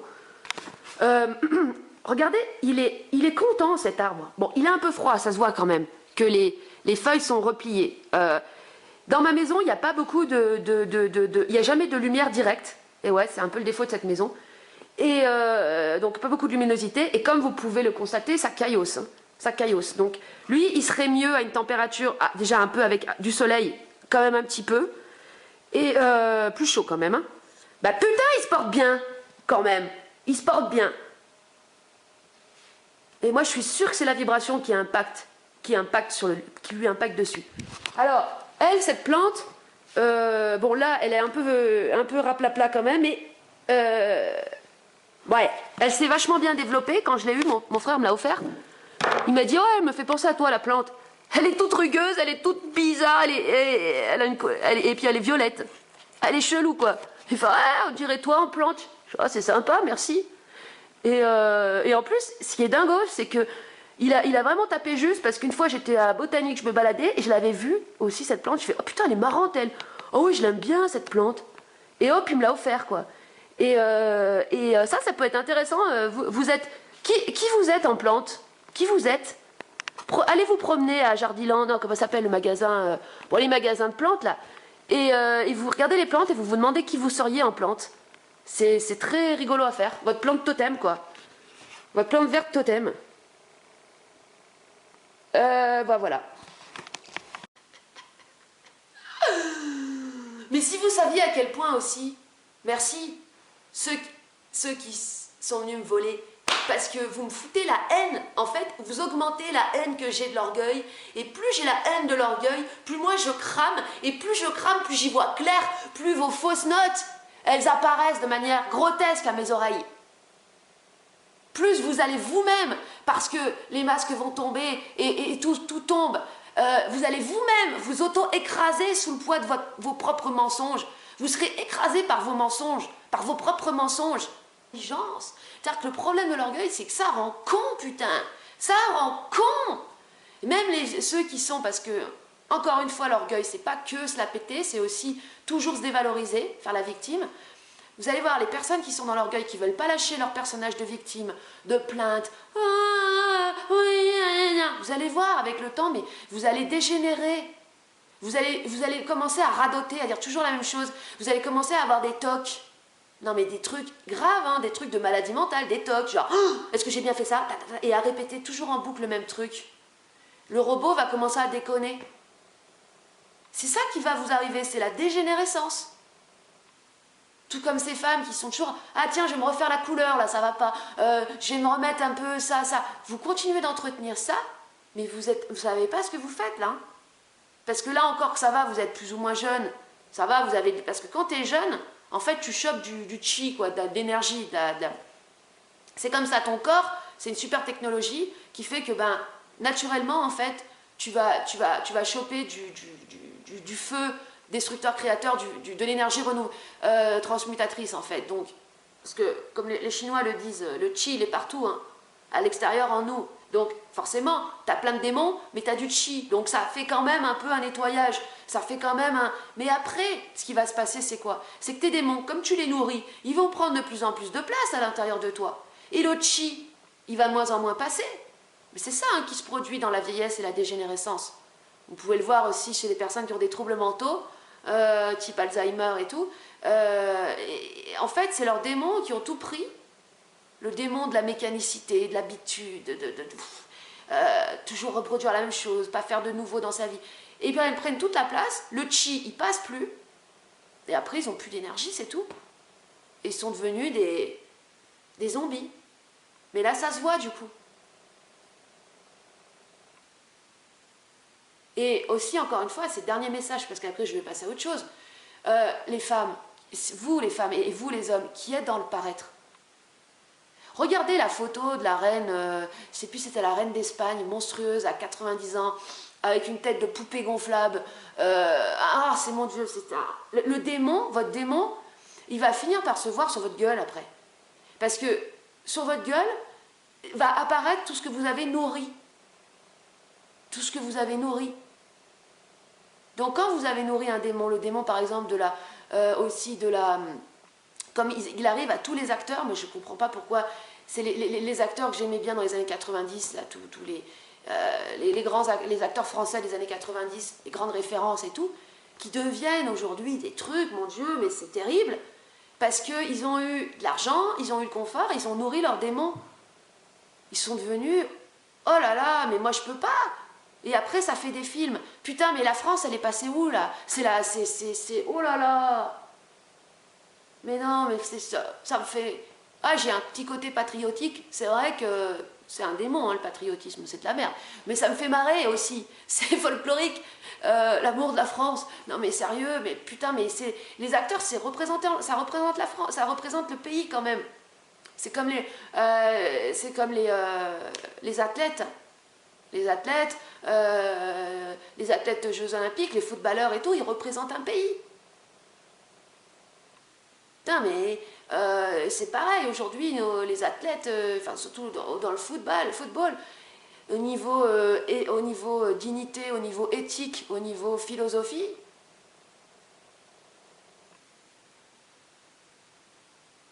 dès qu'il y a de l'orgueil qui se glisse quelque part, surtout au niveau, c'est fini, c'est la décadence. Alors, après, tout est tout est réversible, tout est rattrapable. De toute façon, l'humain, il a besoin de se casser la gueule. De toute façon, il a besoin de se faire bouffer par ses démons pour se dire « Ah putain, il y a un problème. Ah ouais, il y a un problème. » Et je vous dis, ce qui va nous sauver de l'orgueil et de toute cette merde, c'est la parole. Et c'est la conscience de soi, c'est le fait de se voir. Tu as besoin de parler, tu as besoin de te voir, et aussi les autres. D'avoir des retours des autres, d'être en communication avec les autres. Certes, il y a réellement des personnes qui cherchent à te nuire, c'est vrai. Mais si elles viennent aussi, c'est que leurs démons quelque part ont été attirés par un truc qu'il y avait en toi. Bon, une fois que tu as compris ça, tu utilises la situation en fait pour être de plus en plus égoïque, c'est-à-dire de plus en plus tranchant, de plus en plus précis, de plus en plus ferme. Parce que quelque part, s'ils viennent, c'est que pendant quelques années, tu n'étais pas suffisamment ferme, tu étais trop laxiste. Ça veut dire que tu aimais trop, tu as trop aimé les démons des autres, tu les as trop entretenus, tu as fait du sentimentalisme quand tu aurais dû être Margaret Thatcher, quoi. Bah ouais. Forcément. Mais après, moi, c'est ça, c'est que mon sport quotidien, ou plutôt mon entraînement quotidien, parce qu'il faut... Enfin, c'est vrai que chaque jour, tu as besoin de faire pratiquer un sport ou un art, quelque chose qui vient dynamiser ton corps et ton esprit pour justement permettre la circulation de l'énergie. Et moi, mon sport, c'est ma vibe. Bon, c'est aussi la marche. J'ai besoin aussi de marcher. Et le sport, l'entraînement le plus intelligent qui soit, c'est ce que tu peux faire quotidiennement pour t'entretenir et te développer en même temps. C'est pas juste t'entretenir, te développer en même temps, t'expandre en même temps et surtout ne pas te faire mal. Parce qu'il y a certaines pratiques, certains sports qui sont destructeurs. Comme le fait d'aller courir. Moi, je les vois tous courir là, mais ils se font mal. Je les vois qu'ils écoutent leurs démons et les gens, ils se font mal. Là, ça va, ils vont le faire 1 an, 2 ans, 3 ans. À la 5e année, ils n'auront plus de genoux. Après, ils iront se faire charcuter les genoux. Non. Ça, faut être intelligent là-dessus. Si tu fais une pratique sportive, c'est un truc que tu pourras faire pense, un truc que tu pourras faire à 90 ans aussi. Pourquoi pas? Si c'est un truc que tu ne peux pas faire à 90 ans, fais-le pas. Alors, il y en a qui arrivent à courir à 90 ans. Mais ils savaient comment courir. Ils ont appris à courir. Ils ont appris à courir en respectant leur corps, en s'écoutant. Et il y a très peu de gens qui arrivent à ça. Moi, tous ceux que je vois, ils ne s'écoutent pas du tout. Hein. Ils se forcent. Ils se... comme ça. On dirait des soldats. Non mais... Oh là là. Et en plus, ça j'ai remarqué, comme je vous le disais dans l'autre vidéo, l'hypersensibilité au son, c'est un problème que une personne, elle a bobo. Là, j'étais sur le parking, il y a des vacanciers, souvent les gens qui arrivent de la ville, ils sont hypersensibles en fait, ils sont hyper blessés et agressés. Une famille, une nana qui débarque avec son gros chien, tout patapouf là, et ma chienne, elle arrive, bon, forcément ma chienne, vu que c'est une dominante, elle commence à aller sur lui en faisant sa dominante. Le problème, c'est que des fois, il y a certains chiens qui n'aiment pas ça du tout, ça se comprend par ailleurs, qui sont eux-mêmes, des chiens qui sont eux-mêmes comme leur maître, genre comme ça tout le temps, donc ils peuvent mordre. Et là, ça peut partir en couille. Donc moi, ce que je fais pour que Loupiote, elle comprenne que je rigole pas, je dis Loupiote. Je lui dis, pardon, je lui dis Loupiote avec beaucoup d'intensité et de véhémence, pour lui montrer, t'as vu, je déconne pas, Loupiote, là c'est pas... Voilà. Et là, ça lui fait un truc comme ça, un électrochoc, et tout de suite elle revient. Mais si je le fais pas, elle s'en fout, elle y va, elle va faire son truc. Donc, j'ai fait ça l'autre fois, et un meuf, elle fait « Oh, vous m'avez fait peur !» Je traduis. Non, J'ai plein de terreur en moi, je suis blessée, je suis agressée, donc il faut que je sois dans un environnement où il n'y a pas de son, il n'y a pas de bruit, ou dans une église, dans un couvent. Ben, va dans un couvent, va te préparer dans un couvent d'abord. Avant d'aller dire aux autres que c'est eux qui parlent trop fort. Parce qu'un chien, des fois, il faut lui parler fort. Vous voyez, ce problème du refoulement de l'agressivité, c'est extrêmement malsain. Et oui, un autre truc aussi, pareil. Je vois une meuf là qui court dans la forêt. Je vois tout de suite que c'est pas une nana d'ici parce que elle court d'une façon. Bon, puis elle est dans son délire. On voit qu'elle est dans sa tête, quoi. Elle n'est pas du tout en connexion avec la nature. Elle est dans son truc, comme les gens en ville. Mais en même temps, c'est obligé parce qu'en ville, tellement les autres à côté de toi que tu es obligé de te mettre dans ton truc, mais tu deviens complètement taré après. Et là. Donc moi je me balade avec ma chienne sans laisse, heureusement, parce qu'on est dans la forêt, on est dans la montagne, parce qu'il y en a encore qui te font des scandales parce que tu n'as pas attaché ton chien. Putain, on est dans la forêt, faut quand même... Moi je veux bien à la limite en ville, hein, parce que c'est la règle, c'est comme ça, il y a des gens qui ont peur, je comprends, en ville le chien est attaché, et si quelqu'un m'engueule parce qu'il n'est pas attaché, je l'accepte parfaitement là-dessus, il n'y a pas à chier, c'est comme ça. Mais putain, dans la forêt, dans la montagne? Ah non, là non quoi, hein. Alors qu'est-ce qui te... Je lui dis, vous inquiétez pas, elle est gentille. C'est vrai qu'il y en a qui disent ça et en me faisant, ils ont des chiens qui mordent. Mais bon, ouais, je lui dis ça. Et là, qu'est-ce qu'elle me fait, la meuf? Ouais, genre un ouais passif-agressif, genre, oui, j'entends ce que vous dites, mais en fait, je vous crois pas et j'ai envie de vous dire, allez vous faire foutre. Mais putain, mais dis-le, si t'es... dis-le, la putain de ta rage, j'ai peur! Tu prends ton chien, tu me casses pas les couilles. À la limite, moi ça, c'est pas de problème. Quelqu'un qui me parle comme ça, je dis ok, d'accord, bam, je prends le chien, ouf, et c'est réglé. Mais alors ceux qui disent rien, ils disent pas ça et qui font style, ouais, ça va. Mais c'est juste un tout petit truc qui fait que pendant cet instant-là, l'échange, il était inhumain. Inhumain. À la limite. Il y en a d'autres, là, c'est un couple de retraités que je croise souvent, eux, ils habitent là. Eux, ils aiment clairement pas les chiens, et ils sont pas contents que je l'attache pas. À chaque fois que je les croise, alors ils tirent tout le temps la tronche, le mec il tire la tronche, la meuf elle tire la tronche, tout le temps. Et eux, je leur dis bonjour, ils répondent jamais. Bon, j'ai compris qu'ils aimaient pas les chiens quand même, donc ce que je fais, c'est qu'à chaque fois que je les vois, tout de suite j'identifie, je prends la chienne, je l'attache. À la limite, c'est déjà plus sincère, c'est-à-dire, ils tirent la tronche, ils disent rien. Tu vois, je sais, bonjour, rien. Ah, au moins, ils sont en adéquation avec leur mal-être, puisqu'ils disent rien. Ils essayent même pas de faire ce type, bonjour. Ah non, ils essayent rien, ils en ont rien à foutre.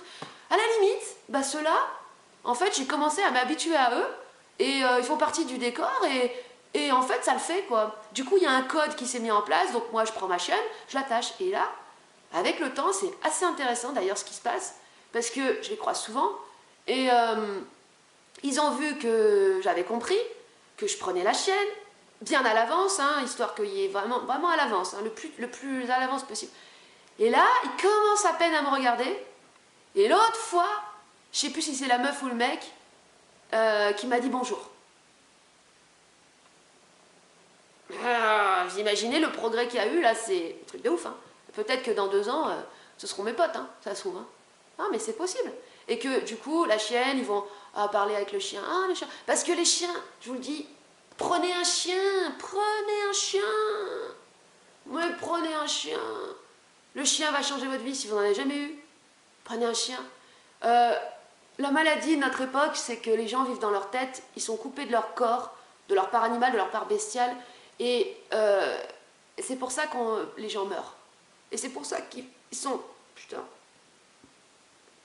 Les gens meurent et ils croient qu'en se mettant, en se créant des personnages de femmes entreprenantes, canaliser la source divine, qui achète son mobilier à Habitat pour montrer qu'elle a pseudo du goût et qu'elle a un peu de thunes, enfin bon, bref, c'est ça qui va faire son bonheur. Mais non, pas possible. Parce que ce que j'ai compris, et ce que d'ailleurs j'ai mis dans notre vidéo, c'est qu'en fait, le bonheur, alors ça c'est une nouveauté, le bonheur, avant je ne supportais pas ce mot finalement, parce que bonheur, et bonheur, et bien maintenant je commence à bien l'aimer ce mot, bonheur. Eh bien, le bonheur, c'est physique. Et le bonheur, c'est le plaisir d'habiter son corps. Son corps de bête, parce que nous sommes aussi des bêtes. Le plaisir d'habiter son corps. Le plaisir de sentir son corps vivant. Quand tu vas dans la forêt, ah, c'est connecté. Quand tu es avec ton chien, connexion. Quand tu vois ton chien, il sent. Toi, tu sens aussi connexion, connexion. Voilà ce que c'est que le bonheur. D'être dans son corps vivant. Le corps qui connecte, qui vit. Et le mental, finalement, la tête, le cerveau, l'organe de gestion de l'information, bien, ça fait partie du corps. Eh bien, le cerveau, il est comme le corps. Il a besoin de respirer. Un bon cerveau, ça doit être en bonne santé. Ça doit respirer. Bon, pour respirer, c'est 100%, c'est super important de déconner, de faire des conneries, de rigoler, de faire des trucs totalement absurdes qui servent à rien. Et je prépare un truc là-dessus. Quand je dis des trucs qui servent à rien, de chez rien. Eh ouais, la folie douce, la débilité douce. Si t'es pas un peu débile, un peu débilos, un peu déglingos, ton cerveau ne respire pas.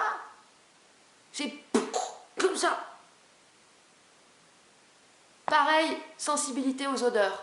Très intéressant. Ça, c'est ce que le chien t'apprend. Hier, je balade ma chienne, je sentais que elle venait de larguer une caisse et qu'elle avait envie de chier. Je lui dis, putain, loupiote, il faut que tu chies là, parce que elle avait toute l'après-midi, elle pétait, c'était l'enfer. Et au moment où je lui dis ça, pouf, elle se met à chier. Bon, elle avait déjà prévu avant, et moi j'ai dû capter un truc, j'en sais rien. Et là, il y a eu une odeur très forte qui est arrivée, et c'est là que j'ai compris, mais en fait, je serais avec une bestiole ou avec n'importe qui m'aurait dit, oh ça pue, oh ça pue. Non, c'est une odeur comme une autre. En fait, ce qui est dégueulasse, c'est la coloration que toi tu mets par projection et par jugement que ça c'est dégueulasse, qui est dégueulasse. Donc en gros, ce qui est dégueulasse, c'est ton jugement que c'est dégueulasse. C'est ce que c'est. Une odeur de merde, c'est ce que c'est tout. Si ça t'agresse, si tu es hypersensible à l'odeur de merde, à ton avis, qu'est-ce que ça veut dire? Ça veut dire que tu as de la merde en toi, tout simplement. Parce que sinon, c'est juste une odeur qui est de passage. Tout est de passage, ça passe. Toi, tu crois que ça va te coller, que la crotte, elle va te sauter à la gueule, après tu ne pourras plus l'enlever? Non, la crotte, elle est là, elle sent, ça c'est de passage. Et hop, c'est fini. Mais si ça te prend, c'est qu'il y en a en toi de la merde. Donc ça t'apprend tout ça, l'animal. C'est génial. Et c'est même vis-à-vis de soi, quand j'ai observé aussi cette relation à l'odeur de transpiration. Il y a des gens qui sont terrorisés à l'idée de pouvoir sentir la transpiration et que les autres le sentent. Dans une odeur de transpiration, t'as toutes les informations de la personne. Est-ce qu'elle est stressée? Est-ce qu'elle est bien? Est-ce que t'as tout? T'as tout. C'est un diffuseur d'informations. Nous avons aussi notre part animale, donc en fait, quand nous nous sentons, indirectement, nous captons de l'information. Et ça se fait tout seul. Et le truc, c'est que si on ne peut plus le faire, on ne peut plus s'échanger de l'information, on ne sait plus à qui on a affaire. Où il y avait la meuf, là, comment elle s'appelle, celle qui parle, là, qui est vachement partagée en ce moment, une nana un peu style chaman, son truc ça s'appelle chaman quelque chose, là, je sais plus quoi. C'est vachement intéressant ce qu'elle dit. Elle parle de... Bon, je dis il faut citer les sources. Là j'ai pas son nom. Mais vous voyez certainement de qui je parle. C'est une nana qui a été vachement partagée pendant le Covid, pendant le confinement, parce qu'elle a parlé de l'importance du contact et du toucher. Et elle dénonce, enfin, c'est pas qu'elle dénonce, mais elle... dans une des dernières vidéos, elle explique que les relations à distance, c'est extrêmement malsain parce que, en fait, tu ne peux pas partager vraiment d'informations, tu ne peux pas te toucher, tu ne peux pas te confronter au réel de ce qu'est l'autre. Donc, en fait, forcément, tu vas vivre une relation dans ta tête. Et tu vas vivre une fiction. Tu vas vivre une fiction. Et ça, c'est intéressant aussi.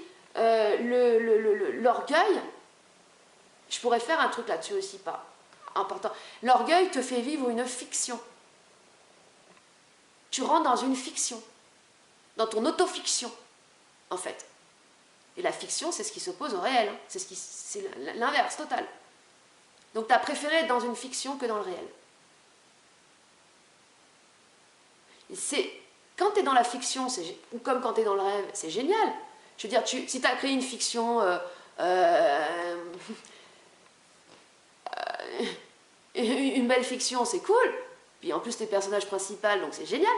Mais ce qui fait mal, c'est quand elle s'arrête. Parce qu'à un moment donné, elle s'arrête.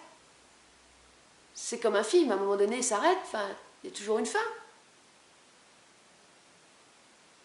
À la différence du réel, qui est toujours en développement, qui est toujours en construction, qui est toujours en création, le réel t'amène à toujours plus de réel. C'est ça que je dénonce aussi avec le New Age, qui est l'idole et la... Et c'est très... Pourquoi c'est... Je vous le dis, je vous le redis, pour n'importe quelle envie que vous avez, n'importe quelle ambition, n'importe quel projet, même le petit projet absurde, inutile, qu'il faut aussi avoir dans sa vie, pour n'importe quel projet, commencez par en parler. Avant même de faire des dessins, avant même de faire des plans, avant même de commencer à mettre en œuvre quoi que ce soit, commencez par en parler. Il y a des coachs qui disent quand tu as un projet en tête, il ne faut pas en parler. Ils n'ont rien compris cela. Parce que en fait, cela, il s'adresse aux inconscients. En effet, quand tu es inconscient et quand tu parles d'un projet, eh bien ton cerveau croit que tu l'as déjà fait, donc après tu n'as plus envie de le faire. Mais quand tu parles consciemment, donc tu es dans ton aspect égoïque et conscient, enfin égoïque c'est forcément conscient, puisque l'ego c'est supporter une conscience. Hein. Donc quand tu es dans ton être égoïque, quand tu parles, tu sais que c'est pour le faire. Ou tu sais que c'est parce que tu vas pas forcément le faire non plus, parce que c'est aussi une maladie de se dire putain j'ai pas fait ce que j'ai dit, après tu deviens zinzin. Tu sais que tu le fais, quand tu en parles, tu es présent à toi-même, et tu as reconnu en fait la pertinence de ce projet. Parce que finalement, quand tu parles en étant inconscient, tu n'es même pas conscient de la pertinence de ton projet. Tu es là en mode ouais, j'irais bien nager avec les dauphins. T'as pas compris pourquoi c'était important de nager avec les dauphins. Oh, j'irais bien nager avec les dauphins. Oh, voir les baleines, oui, oh, c'est kiff bricot, quoi, les baleines, les dauphins, c'est pareil, hein, c'est dans l'eau, là, ils sont dans l'eau, là. Ah ouais, hein. Ah oui, je sais pas, oh, mon rêve, ce serait de faire le tour du monde. Bon, écoute, combien de gens disent le rêve, mon rêve serait de faire le tour du monde. Putain, moi, c'est pas mon rêve du tout, hein, puisque c'est galère de faire le tour du monde, putain. Oh, c'est long. Il faut... Bon, allez. Donc, je ferai une vidéo, et ça je le dis comme ça, où je mettrai tous mes projets totalement, tous les projets qui sont en cours, parce que j'ai plusieurs projets en cours. Et j'ai un projet absurde, un projet qui sert à rien, et c'est trop marrant parce que c'est trop marrant. En fait, je voulais reprendre toutes les grandes peintures de maître, genre soit des peintures ou même des peintures anciennes ou des peintures plus modernes, de l'époque moderne comme Picasso, mais j'aime pas Picasso, j'ai jamais aimé Picasso. Je le trouve trop manque de subtilité, ce gars. Vraiment un gros manque de je le trouve bourrin, et c'est pour ça que j'aime pas ces peintures, quoi. Je comprends pas pourquoi il a été édifié comme étant, parce qu'il en a fait beaucoup, comme étant le plus grand peintre, alors qu'il a fait que piquer. Alors, il a aussi apporté, lui, il était dans la transformation aussi, on peut pas dire qu'il a fait que du piquage, beaucoup, enfin, il a volé à tout. Mais, pourquoi je parle, on s'en fout. Donc, je reprendrai toutes les peintures de maître. Alors, je vais commencer surtout avec les peintures de Rothko, à rajouter sur les peintures une mouche. Alors, pas les repeindre les peintures et repeindre la mouche, hein. Non, je ne vais pas m'emmerder. J'ai commencé, là, je les ai fait en impression sur textile, donc en textile, parce que c'est le côté textile, ça renvoie à l'aspect féminin, donc il y a tout un truc là-dessus, et donc en textile tendu sur des châssis. Et je voulais faire une série de peintures comme ça, de peinture à la mouche. Et la mouche, en fait, pourquoi ? À mouche à l'échelle, c'est-à-dire qu'en gros, Tout est à l'échelle. Le tableau à l'échelle, dans les vraies dimensions du tableau, et la mouche à l'échelle. Donc imprimée à la taille d'une mouche. La mouche permet de faire la mise au point. Et ça permet aussi de... En fait, c'est une critique du sérieux dans la peinture et dans l'art en général. Parce que, putain, avant de trouver une peinture marrante, dans l'art, faut se lever tôt. Hein. Il n'y en a pas. Alors, ça veut dire quoi, marrant? Ça veut dire que le peintre, il a fait son truc, mais c'était pas non plus... mais sa vie était plus intéressante. Comme disait Robert Filliou, l'art, c'est ce qui rend la vie plus intéressante que l'art. Une œuvre qui montre qu'en fait, le mec avait plus d'importance à vivre sa vie qu'à faire son tableau. C'est très rare de trouver ça. J'avais trouvé ça un peu chez Olivier Mosset, où tu vois qu'il fait ce truc en mode un peu dégueulasse, il s'en fout un peu. Il y a un peu de ça chez lui, mais c'est quand même un mec hyper orgueilleux et tout. Donc, bon, bref. Et pour ça, il ne faut jamais passer trop de temps. Ça, c'est hyper important. Sur un projet, il faut que ce soit... Quand tu es trop acharné sur ton machin, c'est que ça ne respire pas. Et moi, je sais, pendant longtemps, j'étais là-dedans, dans cet acharnement de passer trop de temps sur un truc. Non, parce que ta vie est plus importante. Bon. C'est drôle parce que du coup, la mouche, en fait, il se trouve que chez moi, l'été, il y a beaucoup de mouches. Parce que comme je suis en montagne et que dehors, c'est un jardin, c'est une terre pas du tout entretenue depuis des années, et ben en fait, ça prolifère vachement les insectes et tout, et notamment les mouches. Et alors, c'est l'enfer parce qu'il y en a plein l'été. Et donc, les mouches, c'est vachement intéressant parce que plus elles te font chier, plus elles te font chier. Et moins tu les calcules, ouais, en effet, plus tu les acceptes, moins elles te font chier. Et je vous assure, je l'ai constaté. Hein. Et en fait, la mouche, quand j'ai tapé... je me suis rappelé après hein, que le seigneur des mouches, c'était un autre nom pour Satan. Et que Satan était aussi représenté comme une mouche. Là, l'autre fois, j'ai tapé la bête pour mettre mon image. Je voulais mettre une image de Belzébuth. Et c'est là, après, que je me suis rappelé, mais non, ma photo de moi bébé, avec mes yeux noirs, et ma colère, on dirait l'antéchrist, donc je vais mettre ça, en fait. Et je me suis... même, ma photo de moi bébé... Enfin, elle fait un peu flipper, quoi. Et après, donc ouais, j'ai tapé la bête, Satan dans Google, et la première image qui est apparue, c'est une image de mouche. De mouche. Et de mouche assez marrante. Et putain, quand j'étais ado, non, même avant ma crise d'adolescence, vers 12, 13, 14 ans, putain, ça vient juste de me revenir, je dessinais tout le temps des mouches. En fait, j'avais un petit, comme les graffeurs qui ont une signature, moi j'avais une signature graphique et c'était une mouche. Une mouche, faudrait que je la retrouve. Parce que je l'ai dessinée partout, je la dessinais partout. J'avais même un petit crayon, je faisais des petites mouches, je dessinais des mouches un peu partout. Et je mettais aussi Yahoo! Yahoo! Je faisais une mouche et j'écrivais Yahoo! Comme ça. Putain, ça me fait rire. Et c'est très intéressant tout ça, même ce projet de reprendre des grandes peintures. Je ne vais plus m'arrêter de parler.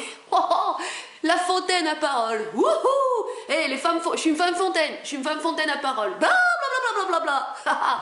C'est génial. Mais oui, parce que tu parles d'un truc, vous voyez, les possibilités qui s'ouvrent dans la matière. Tu parles d'un truc, oh, il y a des machins qui viennent et là tu rentres encore en plus en profondeur. En fait, mon projet, qu'il se fasse ou pas finalement, on s'en fout un peu. Je l'ai dit, c'est bon. Je le ferai, bah là, il faut que j'en fasse un tableau, je l'ai le texte. Bah tiens, je vais vous montrer. Je ne raconte pas des cracks, hein.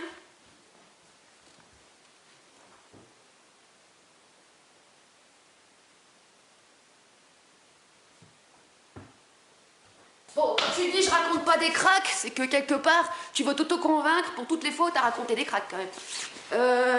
Là, ça c'est Rothko. C'est Rothko. Et elle est où la mouchette? C'est deux mouches qui niquent. C'est deux mouches qui...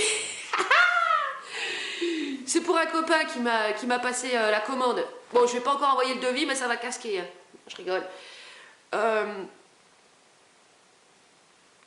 Oui, textile. La femme, ça renvoie au côté... C'est les femmes qui mon chiffon, mon drap, il est où mon tissu? Ah, les femmes, elles aiment bien. Moi, j'adore. Hein. J'adore les pâtes. J'adore tout ce qui est textile. J'adore le textile. Ma grand-mère m'a appris à coudre. Mon autre grand-mère... Ah bah regardez, je vais vous montrer. Mon autre grand-mère, elle faisait beaucoup de trucs. Voilà. Voilà son truc. Là, il y a ma boîte à cris. Les deux grand-mères, elles étaient dans le... ma grand-mère maternelle, elle fabrique des vêtements. Et l'autre, elle est dans l'artistique. Donc, elle fait des trucs qui servent à rien.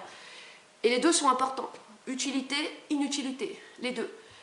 Et donc, oui, la femme, c'est très intéressant parce que... Bon, moi, je suis une femme. Eh oui. En fait, Satan est une femme. En fait, la femme, c'est la bête noire, la femme. C'est la bête noire de l'homme. L'homme a peur de la femme. En fait, c'est la femme qui fait le plus peur. La femme, c'est mystérieux. La femme, c'est le monde de l'intérieur. Quand Courbet, il a représenté l'origine du monde, il a représenté une chatte poilue. Et c'est noir, c'est un trou noir. Tu sais pas. Moi, si j'étais un homme, franchement, je comprends la peur que les hommes peuvent avoir de la femme. Je le comprends parfaitement.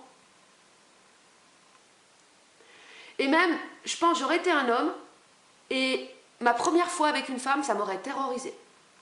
De mettre mon sexe dans un truc, tu sais pas ce que c'est, tu sais pas ce qu'il y a dedans. Franchement, faut avoir du courage, hein. Faut pas avoir de l'inconnu, parce que il y a des représentations comme ça fantastique de l'inconscient, de sexe de femme avec des dents. Moi, j'aurais eu cette peur-là. Je suis sûre que j'aurais eu cette peur. Vu que je me suis tapé un peu, je collectionne un peu toutes les peurs pour du coup les vivre et voir ce qu'il y a derrière. Je suis sûre que j'aurais eu cette peur de mettre mon sexe et de me faire broyer par les dents, une chatte avec des dents. Je suis sûre que j'aurais eu ça. Aussi, hier, j'étais au téléphone avec un ami. À un moment donné, il me dit... je vais parler des femmes, justement. Il me dit, est-ce que tu connais Marie-Madeleine, ça te parle? Marie-Madeleine, est-ce que ça te parle? Je dis, ah bah oui, Marie-Madeleine, oui. Marie-Madeleine, c'est celle qui s'est révélée au contact de Jésus à sa vraie nature. Je lui ai dit ça, le truc que j'ai appris par cœur, hein, le truc que j'ai appris parce que j'aimais beaucoup le poème de Khalil Gibran qui s'appelle Myriam...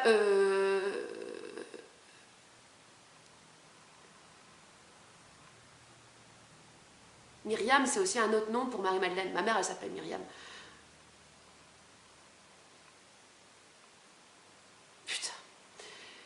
La symbolique des noms, c'est incroyable. Je me rappelle plus le nom du poème de Khalil Gibran, mais bon, c'est vrai qu'il est vibrant. Pour le coup, lui, il porte bien son nom. Et donc, voilà. Et mon ami me dit non. C'est pas ça. Je dis, ah bon? Est-ce que tu veux que je te le dise? Et ça, c'est bien les gens qui te posent la question avant quand même, tu sais. Est-ce que tu veux connaître? Tu veux savoir qui était réellement Marie-Madeleine? En fait, elle n'a pas existé. Moi, j'y crois pas que ça existait. Mais ça existe quand même dans la structure de l'inconscient. Et c'est important de connaître ce que le symbole désigne réellement, ce qu'il y a derrière. Tout comme, quand je parle de l'antéchrist est indissociable du Christ. L'antéchrist, c'est l'aspect haineux, le Christ, l'aspect amour. Et amour et haine sont indissociables. Dans le sens où si tu n'as pas la haine de l'orgueil, tu ne peux pas avoir l'amour de l'être humain. Voilà, je le redis, hein, parce qu'il y en a encore aujourd'hui qui ne comprennent pas ce que c'est que l'antéchrist, ou qui vouent des cultes à l'antéchrist, mais genre, c'est le côté bestiole, genre, ouais, l'antéchrist, c'est trop bien, c'est méchant, oh, c'est noir, ouais, c'est trop la classe, en mode bad boy et tout. T'as rien compris. Tout est indissociable dans l'énergie, dans les lois, en fait, de l'énergie, le yin, le yang, bon, bref. Et il me fait, voilà, tu veux savoir? Je suis, bah oui, t'es ouf, toi. Enfin, je dis oui. Et en fait, il m'a dit, Marie-Madeleine, c'est la femme qui a initié Jesus. Donc c'est l'inverse. C'est Marie-Madeleine qui a révélé Jésus à sa vraie nature. Et juste après, il m'a dit, ah, vous les femmes, vous avez un sacré pouvoir. Et je me sentais un peu con, je dois dire. Bon, tu m'en diras tant. Et donc c'est pour ça finalement que la femme Et là, je suis en train de devenir féministe. Oh mon Dieu. Comme quoi, rien n'est il y a que les cons qui changent pas. Je suis en train de devenir féministe. Nouvelle, je vais dire à tout le monde, je deviens féministe. Oui, c'est pour ça que la femme, c'est la bête noire, c'est le mal, finalement. Le mal, c'est la femme. Le mal incarné, c'est la femme. Parce qu'elle a un immense pouvoir. Elle a un pouvoir de porter la vie, pouvoir de révéler l'homme à sa vraie nature, et tout. C'est quand même du lourd, quoi. Et ouais. Juste, il y a un truc qui m'a fait trop marrer. C'est Émilie, spéciale dédicace, coucou Émilie, qui m'a fait rigoler hier. Mais elle m'envoie un message. Coucou, c'était juste pour te dire que j'ai retrouvé mes esprits. Grâce à cette photo sur mon statut Facebook. Et en fait, elle s'est prise en photo avec une marionnette indonésienne qui fait comme ça, qui a les dents. Et en fait, elle s'est prise en photo pareil à côté. Et alors, j'ai rigolé. Et en fait, l'autodérision. Et là, vous êtes perdu, vous savez, vous êtes dans le noir, vous êtes dans le brouillard depuis trop longtemps. Un petit selfie, parce qu'il y a les bons selfies aussi, hein. Il y a le bon et le mauvais partout. Le bon selfie, vous prenez en photo votre gueule, une grimace, l'autodérision. Vous vous foutez de votre gueule, vous vous foutez de la gueule de vos démons. Vous vous foutez de la gueule de votre orgueil. En pleine face. Une photo en pleine face comme ça. Eh ouais. Bingo.